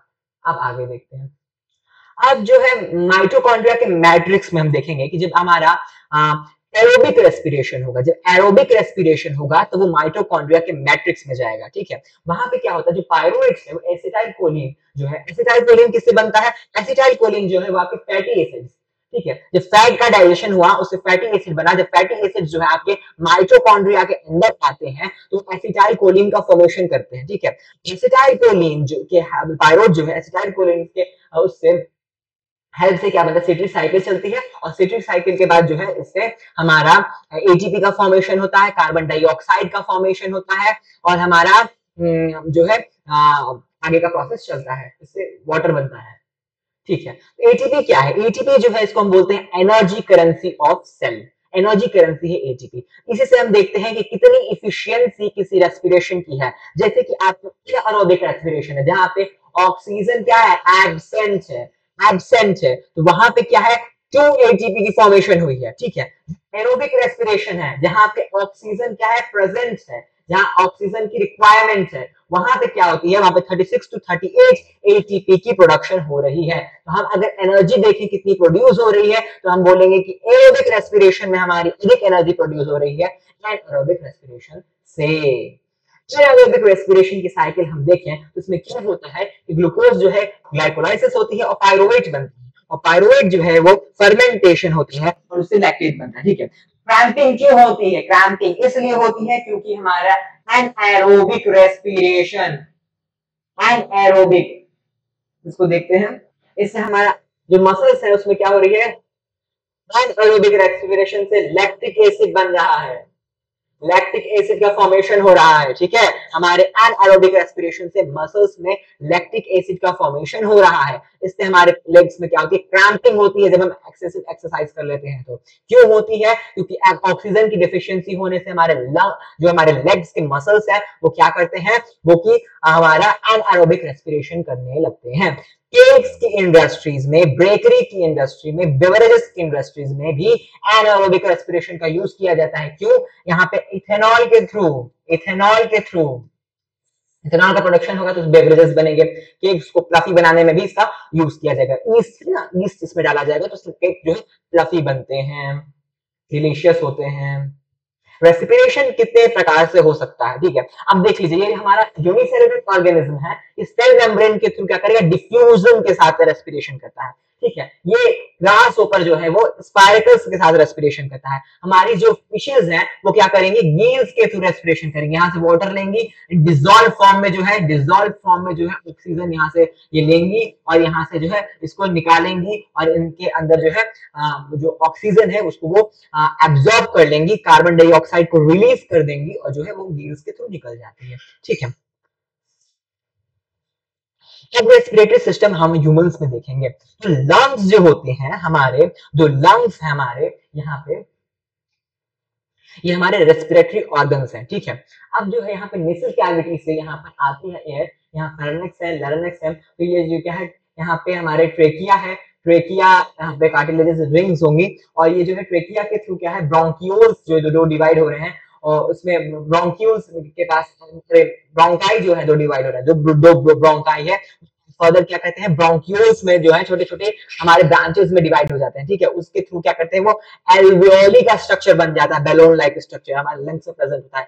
यूनिट ऑफ रेस्पिरेशन है, यूनिट ऑफ लंग्स है, जो फंक्शनिंग यूनिट ऑफ लंग्स क्या है, एल्वियोली है, उसमें वो डिवाइड हो जाता है, उसको हम आगे देखेंगे। तो ऐसे ये होता है। ठीक है, फिर ये डायफ्राम होता है, मस्कुलर हमारा जो है डायफ्राम होता है, उसके ऊपर हमारे लंग्स रखे होते हैं और जितने भी अदर ऑर्गन्स है, जो हमारा लिवर है, जो हमारा स्टमक है, सब डायफ्राम के नीचे होता है, जो हमने डाइजेस्टिव सिस्टम में देखा। ठीक है, अब इसको हम देखते हैं। तो इंस्पिरेशन में क्या होता है, इंस्पिरेशन में हम जब सांस अंदर लेते हैं तो हमारा लंग्स जो होता है वो उसका डायफ्राम स्ट्रक्चर यहाँ देखेंगे कि फ्लैट डायफ्राम हो जाता है। डायफ्राम क्या होता है, फ्लैट हो जाता है। एक्सपीरेशन करते हैं तो हमारा जो डायफ्राम है, डायफ्राम क्या होता है, वो डोम शेप का हो जाता है, वो क्या कहता है, ऊपर उठ जाता है। एक्सपीरेशन में जब हम एक्सेल आउट करते हैं तो हमारा डायफ्राम क्या होता है, वो ऊपर उठ जाता है, डोम शेप का हो जाता है। और जब हम इनहेल करते हैं, हम इंस्पिरेशन करते हैं तो हमारा डायफ्राम फ्लैटन होता है।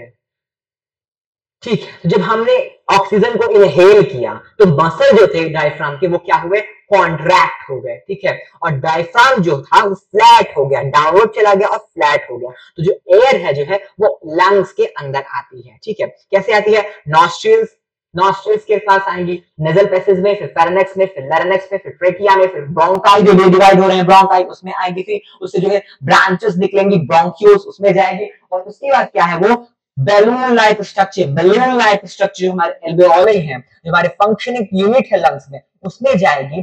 उसके थ्रू क्या होता है, वो कैपिलरीज ब्लड से क्या कैसे जाएगी, वो सेल के पास चली जाती है, ठीक है। अब ये सेल से जो कार्बन डाइऑक्साइड है वो वही उसी रास्ते से आएगी, जो है वो ब्लड में आएगी, ब्लड में आने के बाद वो एल्वेओली में आएगी, एल्वेओली में आने के बाद वो ब्रोंकियोल में आएगी, ब्रोंकियोल में आने के बाद वो ब्रोंकाई में आएगी, ब्रोंकाई से वो ट्रेकिया में जाएगी, लैरिंक्स, फारिंक्स, नेजल पैसेज और नॉस्ट्रल से वो बाहर क्या कर दी जाएगी, एक्सहेल कर दी जाएगी। अब हम देखेंगे कि एक्सहेलेशन के प्रोसेस में क्या होता है। जो मसल होती है डायफ्राम की वो क्या होती है, रिलैक्स होती है। एक्सहेलेशन में क्या होता है, मसल डायफ्राम की रिलैक्स होती है और वो जो होती है डायफ्राम जो है वो ऊंचा आता है और डोम शेप का हो जाता है, डोम शेप का, ऐसा डोम शेप का हो जाता है, ठीक है। आपने देखा इंस्पिरेशन में क्या था, फ्लैट था डायफ्राम, इसमें क्या है, डोम शेप का है। इस डिफरेंस को नोट कीजिए, पॉइंट को नोट कीजिए। फिर क्या होता है कि हमारे डोम शेप का होने के बाद जो एयर है हमारे लंग्स से वो बाहर जाती है, तो ये एक्सहेलेशन और इनहेलेशन में आपने डिफरेंस देखा, इसको नोट कीजिए, एग्जाम में आ सकता है। अब हम देखेंगे कि जो हमारी ट्रेकिया है, जब हम इसको ब्रीदिंग ब्रीद आउट करते हैं, ब्रीदिंग के समय में ये कोलैप्स करके चिपक क्यों नहीं जाती है, आपस में चिपक क्यों नहीं जाती है, ऐसे चिपक नहीं जाती, क्यों नहीं चिपकती है, तो क्या होता है कि जो इनकम्प्लीट सर्कुलर कार्टिलेजेस होते हैं, ऐसे incomplete C shaped circular cartilages होते हैं जो कि इसको पीछे से जो कंप्लीट नहीं है आगे से है, जो कि इसको कोलैप्स होने से रोकते हैं। इसलिए जब हम ब्रीदिंग करते हैं तो हमारी ट्रेकिया कोलैप्स नहीं होती। क्यों नहीं होती, क्योंकि इसमें जो है कार्टिलेजेस प्रेजेंट होते हैं, शी शेप्ड रिंग्स प्रेजेंट होते हैं। ये क्या है, ये है कार्टिलेजेस, कार्टिलेजेस है, ठीक है। आप डायग्राम में देख लीजिए कि ये कार्टिलेजेस, कार्टिलेजेस है। तो आज ये आपके कार्टिलेजेस का जो है आपका क्लासिफिकेशन है, जो आप हायर क्लासेस में पढ़ाया जाएगा। एल्वेओलाई जो है वो क्या है, बेलून लाइक स्ट्रक्चर है, ठीक है। ब्रोंक्यूल्स जो होते हैं वो आगे क्या करते हैं, डेवलप हो जाते हैं एल्वेओलाई, बेलून लाइक स्ट्रक्चर में, जिससे ये जो है, और इससे क्या होती है, कैपिलरीज कनेक्टेड होती हैं, कैपिलरीज कनेक्टेड होती हैं। तो क्या होता है, जो ब्लड है उससे आने वाला CO2 एल्वेओलाई के थ्रू अंदर जाता है और जो आगे वो बढ़ता है प्रोसेस में, वहां से आने वाला जो हमारा ऑक्सीजन है वो डिफ्यूज होता है और जो है ब्लड में मिलकर हमारे सेल्स तक जाता है। ये क्या करती है, हमारे सरफेस एरिया को बढ़ाती है। गैसियस एक्सचेंज के लिए हमारा सरफेस एरिया बढ़ाने में सबसे ज्यादा जो इंपॉर्टेंट रोल प्ले करती है वो हमारी एल्वेओलाई होती है। ये क्या करती है, हमारे सरफेस एरिया को बढ़ाती है। तो स्पेशल पॉइंट्स जो आपकी बुक में लिखी हुई है उसको ध्यान दीजिए। एल्वेओलाई जो है इसको अगर हम खोल दें, सारी एल्वेओलाई खोल दें तो 80 metre square, 80 metre square metre का जो है एक लंबा एरिया हो सकता है, ठीक है। और एक और चीज है कि जैसे हमने उसको देखा, अमीबा को देखा, अमीबा जो था सिंगल सेल ऑर्गेनिज्म, जो क्या था, अमीबा, अमीबा क्या था, यूनिसेलुलर ऑर्गेनिज्म। वो क्या कर रहा था, सरफेस से डिफ्यूज कर रहा था। लेकिन हम अगर डिफ्यूजन करने लगे, डिफ्यूजन का यूज करके रेस्पिरेशन करने लगे तो हमारे लंग्स से हमारे टो तक जाने में ऑक्सीजन को अप्रोक्सीमेटली 3 इयर्स का हमारा टाइम पीरियड लगेगा। तो इसलिए हम लोगों को यहाँ पर एक पूरे अच्छे स्ट्रक्चर, एक पूरे हमारे सिस्टम की आवश्यकता पड़ती है कि हम कैसे इसको इनहेल करें, फिर वो डिफ्यूजन हो, फिर ब्लड के साथ मिक्स हो, फिर उसके साथ जो है पिगमेंट्स के साथ ऑक्सीजन कंबाइन करे और फिर हमारे सेल्स जाए। उसको आगे हम देखेंगे। तो जो रेड ब्लड सेल्स होती हैं हमारे पास, हमारे आरबीसीज होते हैं, रेड ब्लड सेल्स जो होती हैं, जो हमारे आर्टरीज वीन्स में दौड़ रही हैं, हमारे कैपिलरीज में दौड़ रही हैं, उनमें एक पिगमेंट होता है जिसको हम बोलते हैं हीमोग्लोबिन। हीमोग्लोबिन जो होता है वो रेस्पिरेटरी पिगमेंट है। यहाँ पे क्या है, रेस्पिरेटरी पिगमेंट है और इसकी जो है बहुत एफिनिटी होती है ऑक्सीजन के साथ। ऑक्सीजन इसके साथ कंबाइन करता है और कंबाइन करके क्या करता है, हमारे एल्वेओलाई से ऑक्सीजन डिफ्यूज होकर ब्लड में आता है और ब्लड से ये जो है हमारे सेल्स जाता है, ठीक है। हमारा जो कार्बन डाइऑक्साइड है वो जो है वाटर में सॉल्युबल होता है, इसीलिए वो जो वाटर में अधिक सॉल्युबल होता है हीमोग्लोबिन से, ठीक है। उसकी जो है अधिक सॉल्युबिलिटी जो है वाटर में है, इसीलिए हम वहां देखते हैं कि कार्बन डाइऑक्साइड जो है वो सॉल्युबल इन नेचर, जो सॉल्युबल स्टेट में जो है हमारे ट्रांसपोर्ट होता है, ठीक है। अब हम यहाँ पे देखेंगे कि हमारी हीमोग्लोबिन में जो एफिनिटी है उसका ऑर्डर क्या है। एफिनिटी का ऑर्डर ये है कि जो कार्बन मोनोऑक्साइड है उसकी एफिनिटी ऑक्सीजन से अधिक है ऑक्सीजन से जो कार्बन ऑक्सीजन है उसकी एफिनिटी हमारी कार्बन डाइऑक्साइड से अधिक है, ठीक है। तो ये एफिनिटी का ऑर्डर है किसके, हमारे हीमोग्लोबिन के। आई होप आपको ये पूरा टॉपिक अच्छा लगा होगा, ठीक है। रिवाइज करिए, नहीं समझ में आया तो दोबारा देखिए, बस just thank you. Welcome welcome welcome. हम लाइव प्रोसेस चैप्टर देख रहे थे। अभी तक हमने क्या क्या कवर किया, हमने न्यूट्रिशन कवर कर लिया, रेस्पिरेशन कवर कर लिया, ट्रांसपोर्टेशन कवर कर लिया। अब हम आपका फोर्थ जो लाइव प्रोसेस जिसका नाम एक्सक्रीशन है उसको हम कवर करने वाले हैं। ये आज का सबसे छोटा टॉपिक होने वाला है और बहुत ही ध्यान देंगे तो आपको सब चीज जो है क्लियर हो जाएगी, ठीक है। अब हम देखते हैं क्यों क्यों हमको जो है अपनी बॉडी से वेस्ट निकालने की आवश्यकता है, क्यों नीड है कि हम अपनी बॉडी से वेस्ट को एलिमिनेट करें। एलिमिनेट करने की क्या आवश्यकता है वेस्ट को, तो देखिए जब हमारी बॉडी एक फैक्ट्री जैसी है, अगर उसमें कुछ काम होगा तो फिर वेस्ट प्रोड्यूस होगा। वो वेस्ट को नहीं हटाया जाए तो वो क्या होगा कि स्पेस ऑक्यूपाई करेंगे, तो वो ऐसे वेस्ट होते हैं जो कि टॉक्सिक हो जाएंगे, तो हमारी बॉडी को डैमेज कर सकते हैं, हमारे सेल्स को डैमेज कर सकते हैं। इसलिए उसको हमको क्या करना होता है, एलिमिनेट करना होता है। इसलिए इसलिए ये हमारे पास जो है एक्सक्रीटरी सिस्टम होता है। और भी जो ऑर्गेनिज्म है जैसे amoeba, single cellular organism amoeba हैं, ये भी क्या करते हैं, ऑस्मो रेगुलेशन करते हैं, ऑस्मो रेगुलेशन करते हैं और अपनी बॉडी में जो है एक्सक्रीशन करके मेंटेन करते हैं, वेस्ट को रिमूव करते हैं और अपनी बॉडी को मेंटेन करते हैं। ये सिंगल सेलुलर ऑर्गेनिज्म जो अमीबा है ये भी। तो देखिए ये है हमारी बॉडी के एक्सक्रीटरी सिस्टम। एक्सक्रीटरी सिस्टम में क्या होता है, दो पेयर ऑफ किडनी होती है, क्या होता है, और होता है हमारे पास यूरेटर होता है, और होता है यूरिनरी ब्लैडर होता है, और यूरेथ्रा होता है, ठीक है। और बिना पावा और अरोटा से जो है ब्लड मिलता है, और वो क्या होता है रीनल आर्टरी के थ्रू। रीनल जब शब्द जहां अभी आएगा तो हमें जान जाना है कि किडनी से संबंधित है। रीनल शब्द जहां भी आएगा, रीनल वर्ड जहां भी आएगा हम जान लेंगे कि इसका जो रिलेशन है ये किडनी से है, ठीक है। जैसे हेपटा आएगा तो हम जान जाएंगे कि ये क्या है, इसका संबंध जो है लिवर से, उससे सीधे जो है हमारा रीनल शब्द आएगा तो हम जाएंगे किडनी से है। तो रीनल आर्टरीज ऑर्टा जो आता है वो रीनल आर्टरीज के थ्रू जो किडनी में जाता है, ठीक है। और जो है हमारे रीनल वीन्स के थ्रू जो क्या है विना कावा भी हमारे किडनी से अटैच होता है, ठीक है। तो किडनी जो होती है वो एक 10 सेंटीमीटर लॉन्ग बीन शेप्ड हमारी ऑर्गन है। आपने राजमा खाया होगा उसी तरह से वो दिखता है, दो बीन शेप्ड ऑर्गन है, ठीक है। 10 सेंटीमीटर इसकी लेंथ है, इसकी ब्रेथ जो होती है वो 5 टू 6 सेंटीमीटर होती है, ठीक है। इसकी थिकनेस जो होती है वो 4 सेंटीमीटर होती है, ठीक है। जो है ये किडनी है, इसमें हमारा क्या होता है, नेफ्रॉन्स होते हैं।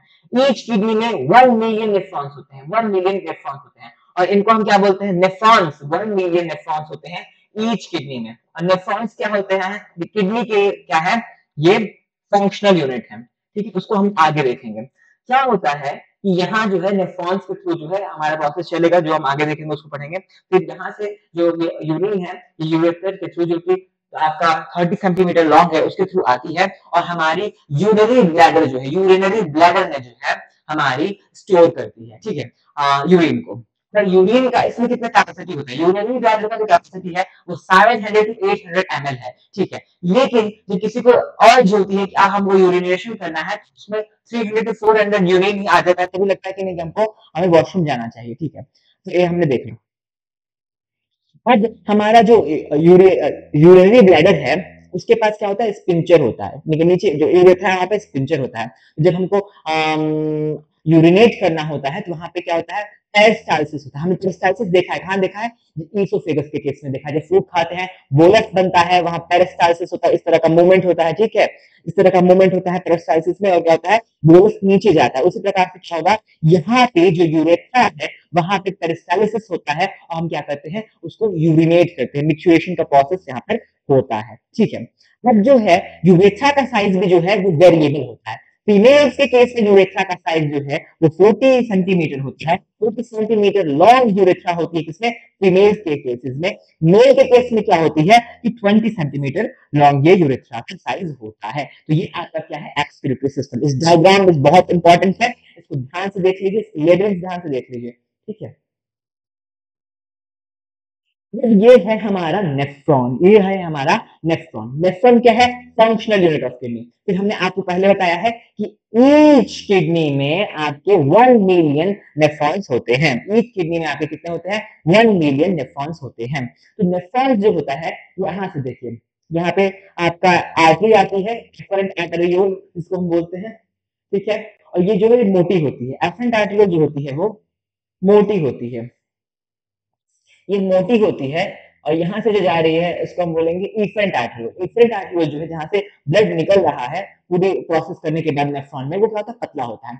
ऐसा क्यों होता है? ऐसा इसलिए होता है क्योंकि जब आप देखा होगा पाइप आप दबाते हैं, प्रेशर बढ़ जाता है, प्रेशर बढ़ जाता है, प्रेशर बढ़ जाता है। तो यहाँ पे जो ग्लोमेरुलस है, जो गुच्छा बना हुआ है, ग्लोमेरुलस जो गुच्छा देख रहे हैं, उसमें प्रेशर बनेगा। प्रेशर बढ़ जाएगा तो क्या होता है? इससे अल्ट्राफिल्ट्रेशन होता है। किसका होता है? जो सॉल्ट जो वाटर में डिजॉल्व है, यूरिया का, या इसमें कुछ जो फूड आइटम्स है जैसे आपके ग्लूकोज है, अमाइनो एसिड्स हैं जो लिवर से आ रहे हैं, ठीक है, तो उनका क्या होता है? अल्ट्रा फिल्ट्रेशन होता है। किसमें? बोमन्स कैप्सूल में वो आते हैं, ठीक है, बोमन्स कैप्सूल में आते हैं। बोमन्स कैप्सूल के बाद ये जो आते हैं इसको बोलते हैं प्रॉक्सिमल कन्वोलेटेड ट्यूब्यूल। ये क्या है? Proximal convoluted tubule. Proximal convoluted tubule में क्या होता है आपका? यहाँ पे होता है सिक्रीशन रीअब्जॉर्प्शन, सिलेक्टिव रीअब्जॉर्प्शन होता है। किसका होता है? यूजफुल चीजें जैसे कि ग्लूकोज है, अमाइनो एसिड्स है, या फिर यूजफुल सॉल्ट्स हैं, और जो भी आपके वाटर है, क्या होता है? सिलेक्टिव रीअब्जॉर्प्शन को रिवर्स करेंगे। जैसे आप यहाँ लिखें, सिलेक्टिव रीअब्जॉर्प्शन किसका होता है? ग्लूकोज का, अमाइनो एसिड्स का, यूजफुल सॉल्ट्स का, और वेस्ट वाटर का क्या होता है? यहाँ पे सिलेक्टिव रीअब्जॉर्प्शन कर लिया जाता है। क्या होता है कि जो फिल्टर रेट है, ये यहाँ से बोमन कैप्सूल से आया कहाँ पे? Proximal convoluted tubule. Proximal convoluted tubule से कहाँ पे आता है? Henle's loop, loop of Henle में आती है। यहाँ पे क्या होता है कि यहाँ पे किया जाता है आपका reabsorption of water, loop Henle. Reabsorption of water किया जाता है किसमें? लूप ऑफ हेनले में।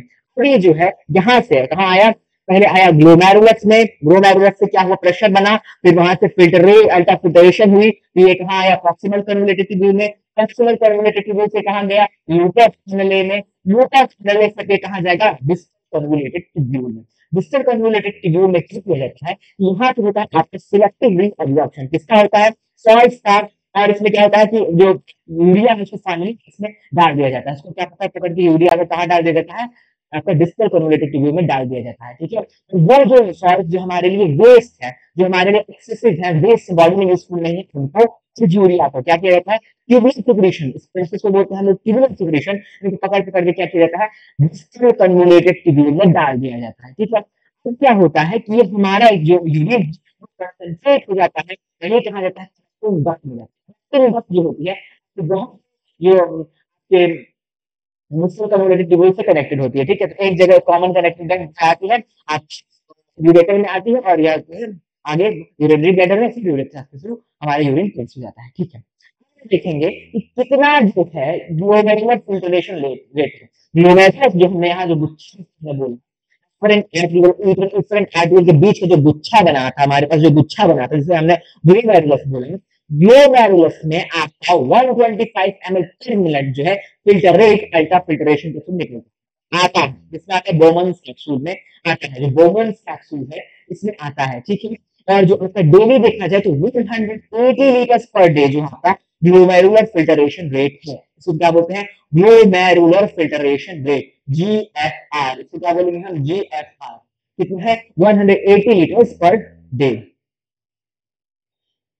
अगर हैंडमेड डायग्राम देखिए, ठीक है, आपको जब एग्जाम में बनाने, इसे ऐसे बनाएंगे, ठीक है।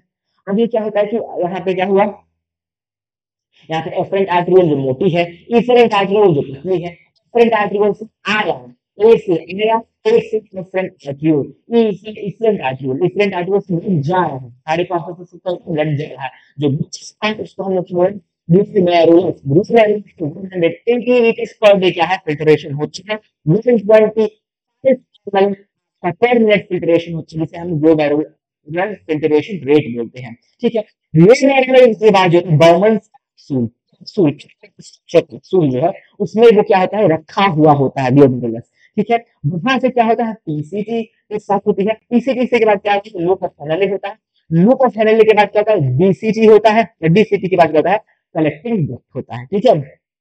ये आपका पाथवे है, ठीक है, इसका पाथवे है।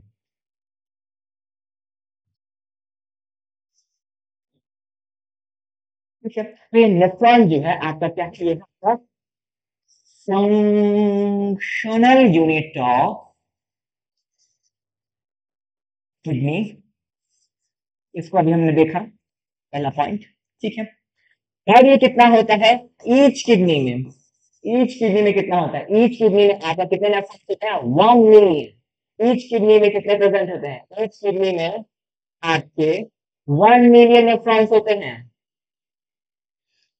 देखते हैं इसका पाथवे क्या था, पाथवे क्या था कि एफरेंट आर्टेरियोल,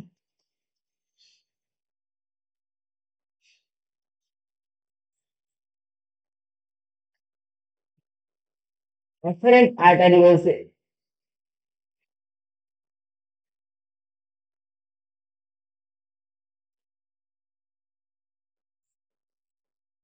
एफरेंट आर्टेरियोल से कहाँ पे, ग्लोमेरुलस में। तो कहाँ गया था, बाउमन्स कैप्सूल में।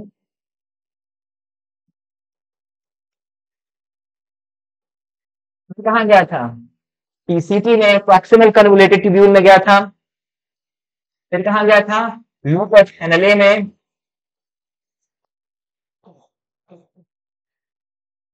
फिर कहाँ गया था, बीसीटी में। फिर कहाँ गया था आपका कलेक्टिंग में। फिर कहाँ गया था ये आपका, गया था ये यूरेटर में। फिर यूरिनरी ब्लैडर में। फिर कहाँ गया ये चला गया आपका यूरेथ्रा टू पास आउट होने, ठीक है। तो ये क्या है, पूरा सीक्वेंस है कि कैसे ये आपका यूरिन फॉर्मेशन होता है और चलता है। तो नेफ्रॉन में क्या क्या हुआ, अल्ट्रा फिल्ट्रेशन हुआ, ठीक है, ट्यूबुलर आपका रीअब्जॉर्प्शन हुआ और सिलेक्टिव सिक्रीशन हुआ, ठीक है। अल्ट्रा फिल्ट्रेशन कहाँ हुआ, ग्लोमेरुलस के थ्रू, कहाँ हुआ, बाउमन्स कैप्सूल में। कहाँ हुआ था, ग्लोमेरुलस बाउमन्स कैप्सूल में,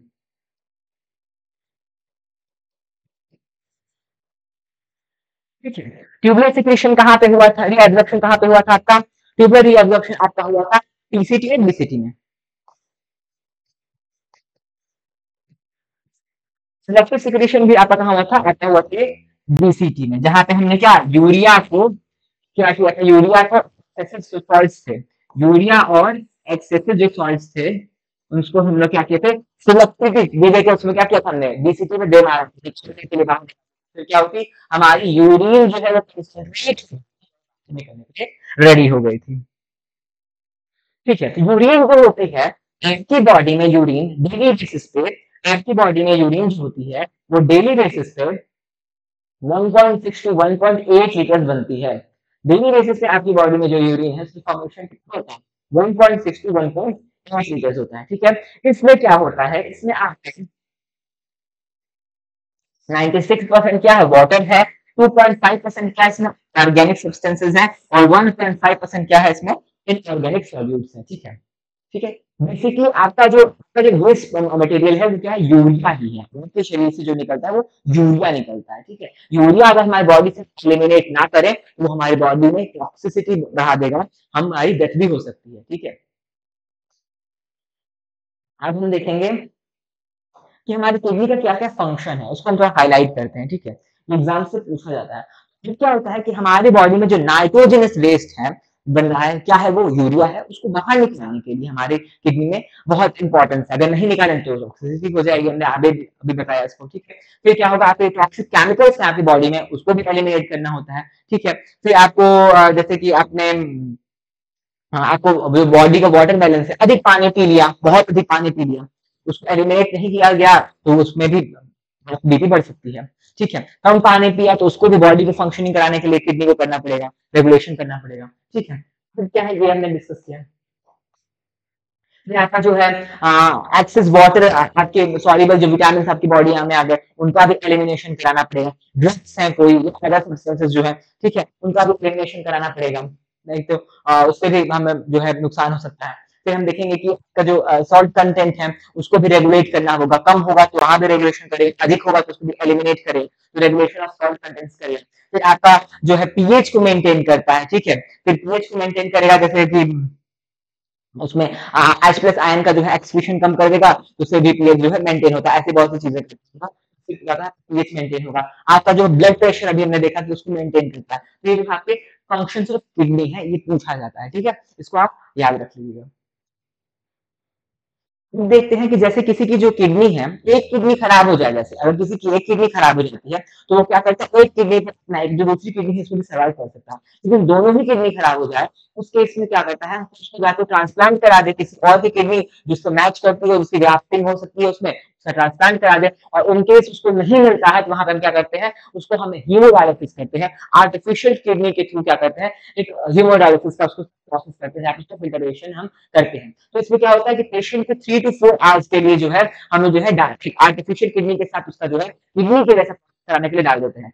उसमें क्या होता है कि यहाँ फ्रेश डायलाइसेट होता है, इसको हम इसमें डालते हैं, यहाँ पे सेमी परमेबल मेम्ब्रेन लगी होती है, वहां से ब्लड आता है और यहाँ पे जो है जो इसमें उसका जो वेस्ट है वो छन करके बाहर निकल जाता है, और जो उसका फ्रेश ब्लड है वापस उस पेशेंट के अंदर डाल दिया जाता है, ठीक है। इसमें जो होता है कोई भी रीएब्जॉर्प्शन इन्वॉल्व नहीं होती, इन केस में किसी में रीएब्जॉर्प्शन नहीं होती, ठीक है।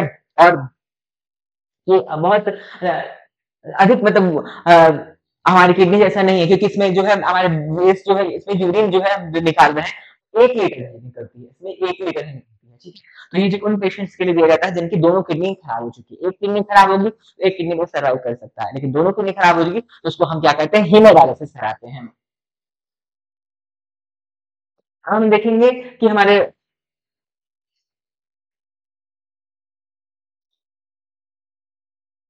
साइंस में कैसे होता है। हम्म।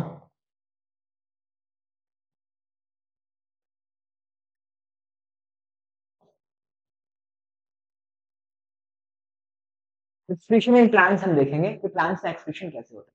देखिए प्लांट्स में जो O2 बनती है फोटोसिंथेसिस के बाद, वो भी उसके लिए वेस्ट ही होता है, ठीक है। तो उसको भी वो क्या कहते हैं, नेचर में जो है एक्सक्रीट आउट कर देता है। फिर आपने देखा होगा कि गोंद के लड्डू खाए होंगे, उसमें जो गम्स गोंद होते हैं, रेजन्स होते हैं, गम्स होते हैं, ये भी क्या होते हैं, प्लांट्स के लिए वेस्ट ही होते हैं। इसको भी क्या वेस्ट, उसको भी वो क्या करता है, इसकी वजह से आप देखिए बाहर निकाल देता है, ठीक है, जो हमारे यूजफुल है लेकिन प्लांट्स वेस्ट होता है। और इंग्लिश होती है उसको वो गिरा देता है, ठीक है। तो वो जार्गन हो गया, जैसे आपका हाउस बोट ना होगा, उसमें भी बहुत से डिपोजिशन होते हैं, उसको हो गया, बार्क हो गया, ठीक है, कैनियंस हो गया, बार्क हो गया। आपने सुना होगा जब बैटरी पुराना हो जाता है प्लांट में, उसको क्या बोलते हैं, प्रोडक्ट बोलते हैं। तो क्या करता है, वेस्ट को स्टोर करता है, ठीक है। फिर रूट्स है वो भी जो है एक्सक्रीशन अपने लेवल पे सॉल्व का करते हैं। तो इसमें प्लांट्स का हमने एक्सक्रीशन देखा जो आपकी बुक में दिया हुआ है, इसको आप नोट कर लीजिएगा कि रेनेस और गम्स भी इसमें वेस्ट होते हैं, ऑक्सीजन भी वेस्ट है, इसका ओलिव्स है वो भी वेस्ट है, हार्टवुड भी इसका वेस्ट है, बैट जो टैनिन है वो भी वेस्ट है। आपका टोनोप्लास्ट जो आपका वेक्यूल पुराना हो गया, उसमें जो है आपका वो क्या क्या वेस्ट को स्टोर कर रहा है, आपका रूट भी अपने लेवल जो है सॉल्ट का एक्सक्रीशन कर रहा है। तो ये एक्सक्रीशन इन प्लांट्स था। आई होप आपको पूरा टॉपिक अच्छे से समझ आया हो, आपका चैप्टर यही तक था। इसको दोबारा देख कर रिवाइज कर लीजिए इन केस आपको समझ में नहीं आया हो, बहुत अच्छे से डिटेल में समझाया गया है। Thank you, best of luck आपके एग्जाम्स के लिए।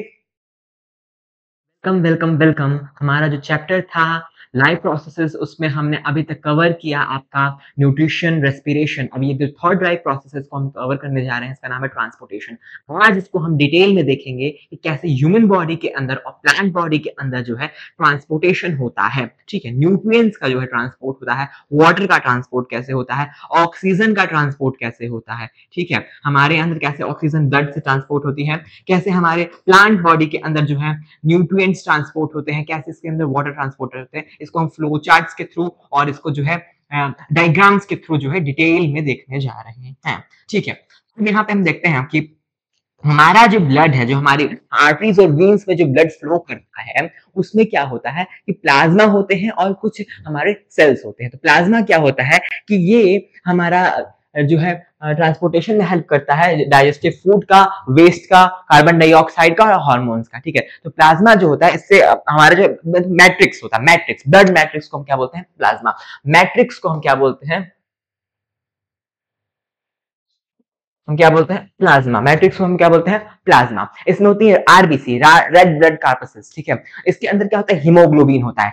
हीमोग्लोबिन वो है जिसके साथ जो है ऑक्सीजन अटैच होकर ट्रांसपोर्ट होती है, ठीक है। इसके वजह ऑक्सीजन जो है इसके साथ अटैच होती है, ये इसकी एफिनिटी जो होती है हीमोग्लोबिन ग्लोबिन की, वो सबसे अधिक क्या होती है, कार्बन मोनोऑक्साइड में होती है, फिर ऑक्सीजन होती है, फिर कार्बन डाइऑक्साइड में होती है, ठीक है। तो सबसे ज्यादा एफिनिटी कार्बन मोनोऑक्साइड से है इसकी, एफिनिटी का मतलब लव, ठीक है। फिर ऑक्सीजन से, फिर कार्बन डाइऑक्साइड से है। तो इससे इसके थ्रू क्या होते हैं, आरबीसी में हीमोग्लोबिन है जो पिगमेंट है, इसके थ्रू क्या होता है, हमारा ऑक्सीजन का ट्रांसपोर्ट होता है। फिर है हमारा डब्ल्यूबीसी, व्हाइट ब्लड कार्पसेस। इसमें क्या होता है कि ये एंटीबॉडीज बनाता है। एंटीबॉडीज बनाता है किसके लिए, ये पैथोजेंस को मारने के लिए एंटीबॉडीज बनाता है। प्लेटिलेट्स, जब अगर कहीं कट जाता है, आपको वुंड हो जाता है, तो आपने देखा होगा कि कुछ दिन बाद उसमें क्या होता है, ब्लड का कोगुलेशन हो जाता है, वहां क्लॉटिंग हो जाती है। तो वो क्यों होती है, तो वहां पे उसके लिए जो कारण है वो है प्लेटिलेट। हमारे ब्लड में जो है प्लेटिलेट प्रेजेंट होता है, जिससे कि हमारे ब्लड की क्लॉटिंग होती है।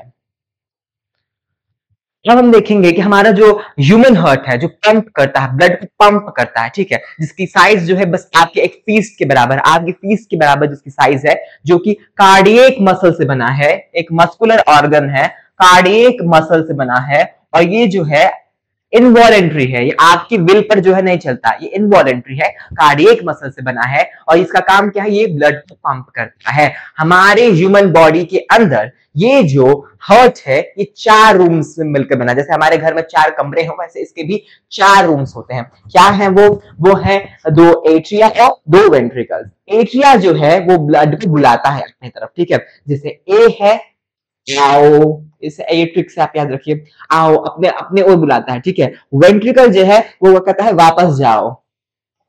तो जब एट्रिया के थ्रू जो है वो ब्लड जो है वो हार्ट में एंटर करता है, और वेंट्रिकल्स के थ्रू क्या है, वो ब्लड से वो जो हार्ट से वो बाहर जाता है, ठीक है। आपने देखा ये पंपिंग जो हमारा ऑर्गन है हार्ट, जो कभी थकता नहीं है, हम सोते हैं तो भी ये पंप करता रहता है, ठीक है। तो ये हार्ट का हम इस डायग्राम को देखेंगे तो क्या होता है कि ये सुपीरियर वेना कावा है। सुपीरियर वेना कावा से क्या होता है, जो हमारे अपर बॉडी है, अपर बॉडी से जो ब्लड है वो आता है, ठीक है। इंफीरियर वेना कावा से क्या होता है, हमारे लोअर बॉडी से वो आता है, ठीक है, ब्लड। तो इससे हमारा ब्लड यहाँ आता है, हमारे फर्स्ट चैम्बर में आता है। फिर यहाँ जो है इसको हम बोलेंगे ट्राइकस्पिड वॉल्व।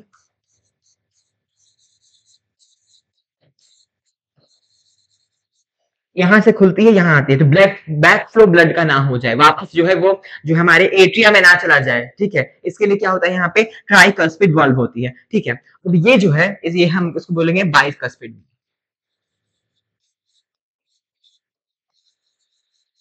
यहाँ से भी जो है ब्लड फ्लो ना हो जाए, वापस इसमें ना चला जाए, इसके लिए यहाँ पे बाइकस्पिड वाल्व होती है। और यहाँ जो होती है इनको हम बोलते हैं सेमिनोलन वाल्व।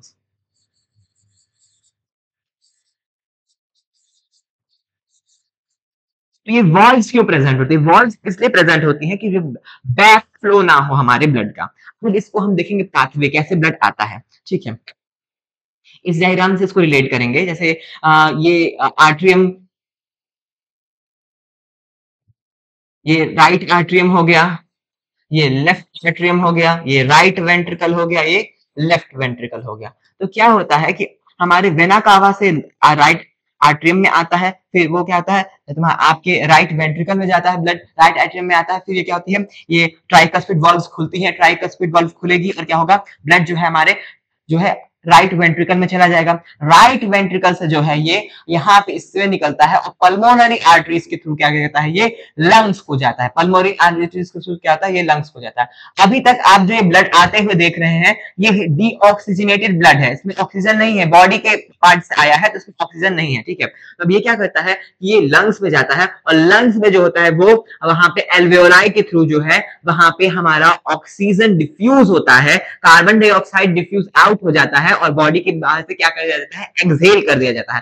कार्बन डाइऑक्साइड क्या कर दिया जाता है, एक्सहेल कर दिया जाता है, एक्सहेल कर दिया जाता है कार्बन डाइऑक्साइड, और जो ऑक्सीजन है वो ब्लड में एल्वेओलाई के थ्रू डिफ्यूज हो जाता है। फिर वो क्या होता है, पल्मोनरी वेन्स के थ्रू आता है हमारे हार्ट में, हमारे लेफ्ट आपके एट्रियम में आता है, लेफ्ट एट्रियम में आता है। फिर वहां से वो क्या कहता है, बाइकस्पिड वाल्व खुलती है, बाइकस्पिड वाल्व खुलती है, और वो क्या होता है, लेफ्ट वेंट्रिकल्स में वो आ जाता है। बाइकस्पिड वाल्व खुलती है, फिर लेफ्ट वेंट्रिकल में आ जाती है, ठीक है। यहाँ से क्या होता है कि ये यहाँ से ऑर्टा के थ्रू जो है यहाँ पे निकलता है, और ये जो है बॉडी पार्ट्स में चला जाता है। ठीक है, तो ये जो है आपने डायग्राम के थ्रू देखा। अब इसको हम जो है आगे फ्लो चार्ट्स के थ्रू भी देखेंगे। ठीक है, कि अब जो है हमारा जब हम डील करेंगे लंग्स और हार्ट के बीच में, बिटवीन लंग्स और हार्ट के बीच में हम जब डील करते हैं, तो इसको हम बोलते हैं पल्मोनरी सर्कुलेशन।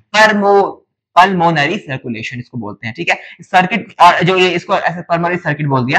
ठीक है, जब हम बॉडी पार्ट हार्ट के बीच में डील करेंगे, जब उसके बीच में हमारे ब्लड का ट्रांसपोर्टेशन होगा, उसको हम बोलते हैं सिस्टेमिक सर्कुलेशन। उसको क्या बोलते हैं हम लोग? Systemic circulation. अब देखिए, बॉडी से डीऑक्सीजनेटेड ब्लड आया वेना कावा के थ्रू, फिर क्या हुआ, यहां से पल्मोनरी आर्टरी के थ्रू ये यहां गया।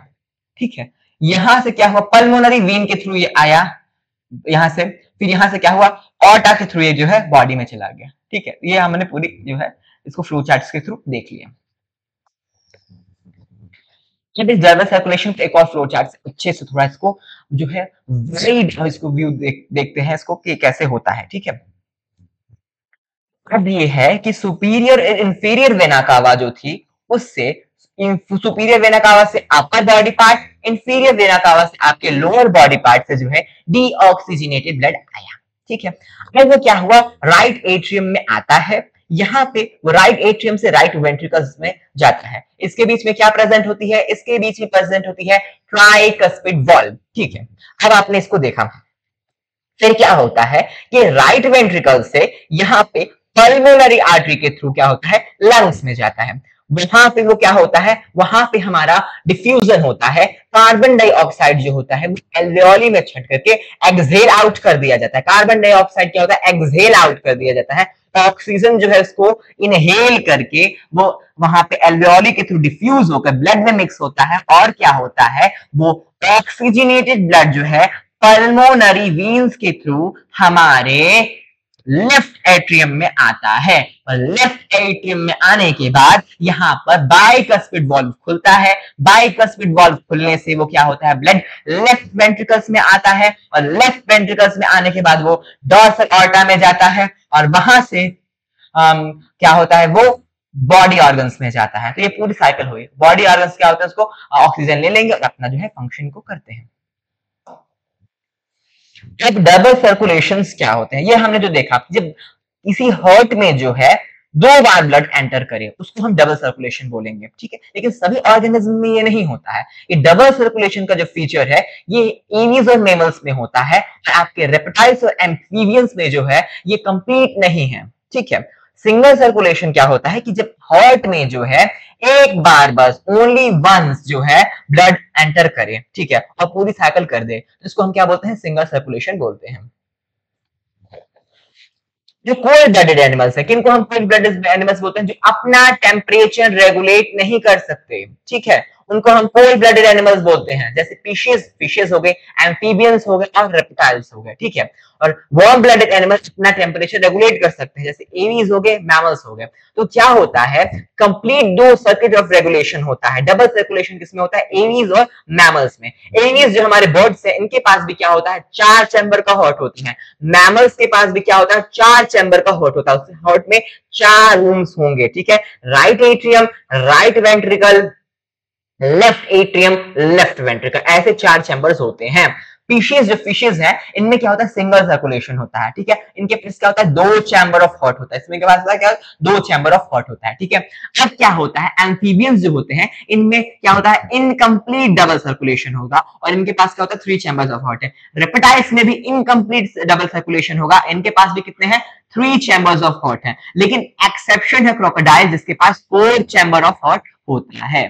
ठीक है, अब हम देखेंगे कि हमारे जो आर्टरीज और वेन्स हैं और इनके बीच में कैपिलरीज हैं, इनके तीनों के डिफरेंसेस और ये कैसे वर्क करते हैं। ठीक है, तो ये वेन्स जो होती हैं वो क्या करती है, हार्ट के ब्लड टू द हार्ट ले जाती हैं। आर्टरीज क्या करती हैं, अवे फ्रॉम हार्ट ले जाती हैं। ये क्या करती है, हार्ट से जो है बॉडी के पास ले जाती है, और वेन्स जो है वो क्या करती हैं, ब्लड को बॉडी से हार्ट के पास ले जाती हैं। ठीक है, ये डिफरेंस है। और इनके बीच में जो है ये छोटी सी जो ये ऐसी यूनिट बन रही है, इसको हम लोग कैपिलरीज बोलते हैं। अब इसका हम तीनों का जो है हम लोग अच्छे से इसको देखेंगे डिटेल में कि ये कैसे करती हैं। ठीक है, तो आर्टरीज क्या कर देती हैं, कि हमारे हार्ट से बॉडी की तरफ ब्लड को ले जाती हैं, हमारे हार्ट से बॉडी की तरफ हमारे ब्लड को ले जाती हैं। ये वीन्स क्या करती है, ये करती है कि हमारे हार्ट की तरफ, बॉडी से जो है हार्ट की तरफ ब्लड को ले आती हैं। और ये क्या करती है, कैपिलरीज जो करती हैं वो क्या करती है, एक्सचेंज में हेल्पफुल होती है, इन दोनों के बीच में जो है एक्सचेंज कराती हैं। वीन्स आर्टरीज के बीच में क्या कराती है, एक्सचेंज कराती है, हम कैपिलरीज बोलते हैं। ठीक है, आर्टरीज में क्या होता है, ऑक्सीजनेटेड ब्लड होता है, वीन्स में क्या होता है, डीऑक्सीजनेटेड ब्लड होता है। ठीक है, लेकिन कौन सी आर्टरी जो है आपकी डीऑक्सीजनेटेड ब्लड को करती है, क्या है तो उसको हम बोलेंगे पल्मोनरी आर्टरी। पल्मोनरी आर्टरी क्या होती है, कभी कभी मतलब कभी क्या होता है, वो डीऑक्सीजनेटेड ब्लड ट्रांसपोर्ट करती है, और पल्मोनरी वेन जो है वो ऑक्सीजनेटेड ब्लड ट्रांसपोर्ट करती है। तो यहाँ पे आप इसको याद रखिएगा। ठीक है, कैपिलरीज में क्या होता है, deoxygenated blood, oxygenated blood both होता है। तो इसको देख लीजिए, ऑक्सीजनेटेड ब्लड किसमें है, आर्टरीज में, एक्सेप्शन क्या है, पल्मोनरी आर्टरी। वीन क्या करता है, डीऑक्सीजनेटेड ब्लड, इसका एक्सेप्शन क्या है, पल्मोनरी वीन। कैपिलरीज में क्या होता है, बोथ होता है। ठीक है, प्रेशर किसमें अधिक होता है, प्रेशर अधिक होता है आपका आर्टरीज में, और वीन्स में क्या होता है, प्रेशर कम होता है, और कैपिलरीज में क्या होता है, प्रेशर मीडियम होता है। ठीक है, अब ये थिकनेस अगर देखें, वॉल किसकी थिक है, तो अधिक थिक जो है आर्टरीज की है, इसकी वॉल थिक और इलास्टिक होती है। वीन्स की क्या होती है, थिन होती है और इलास्टिक होती है, और जो हमारी कैपिलरीज होती हैं वो तो आपकी वन सेल सिंगल सेल के बराबर उसकी थिकनेस होगी, और जो बहुत थिन होती है। ठीक है, वॉल्स क्या होते हैं, आर्टरीज में एब्सेंट होते हैं, वीन्स में वॉल प्रेजेंट होते हैं, और इसमें कैपिलरीज में एब्सेंट होते हैं। क्या होता है कि हमारे वीन्स का जो प्रेशर है वो बहुत ही लो होता है, ड्यू टू लो प्रेशर वहां पे बैक फ्लो ऑफ ब्लड हो सकता है, बैक फ्लो ऑफ ब्लड हो सकता है, इसलिए वहां पे क्या होती है, वहां पे कुछ वॉल्स प्रेजेंट होती है, वॉल्स प्रेजेंट होती है कि जो कि हमारे प्रेशर कम होने के कारण जो है ब्लड फ्लो बैक फ्लो ना हो ब्लड, इसलिए उसको वहां पे वीन्स में वॉल प्रेजेंट होती है, इसको हम याद रखेंगे।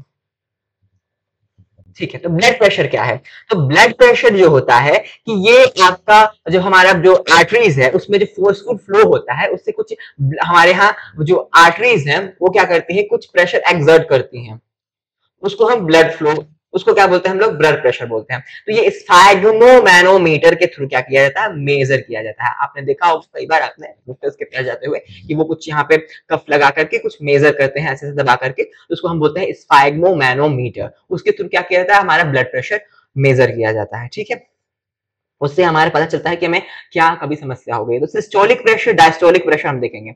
जब कॉन्ट्रैक्शन होता है तो वहां पे जो प्रेशर बनता है उसको बोलते हैं हम लोग सिस्टोलिक प्रेशर। ठीक है, जब हमारा रिलैक्सेशन होता है उस समय जो प्रेशर बनता है उसको हम लोग बोलते हैं डायस्टोलिक प्रेशर। यहां देखते हैं सिस्टोलिक प्रेशर, डायस्टोलिक प्रेशर।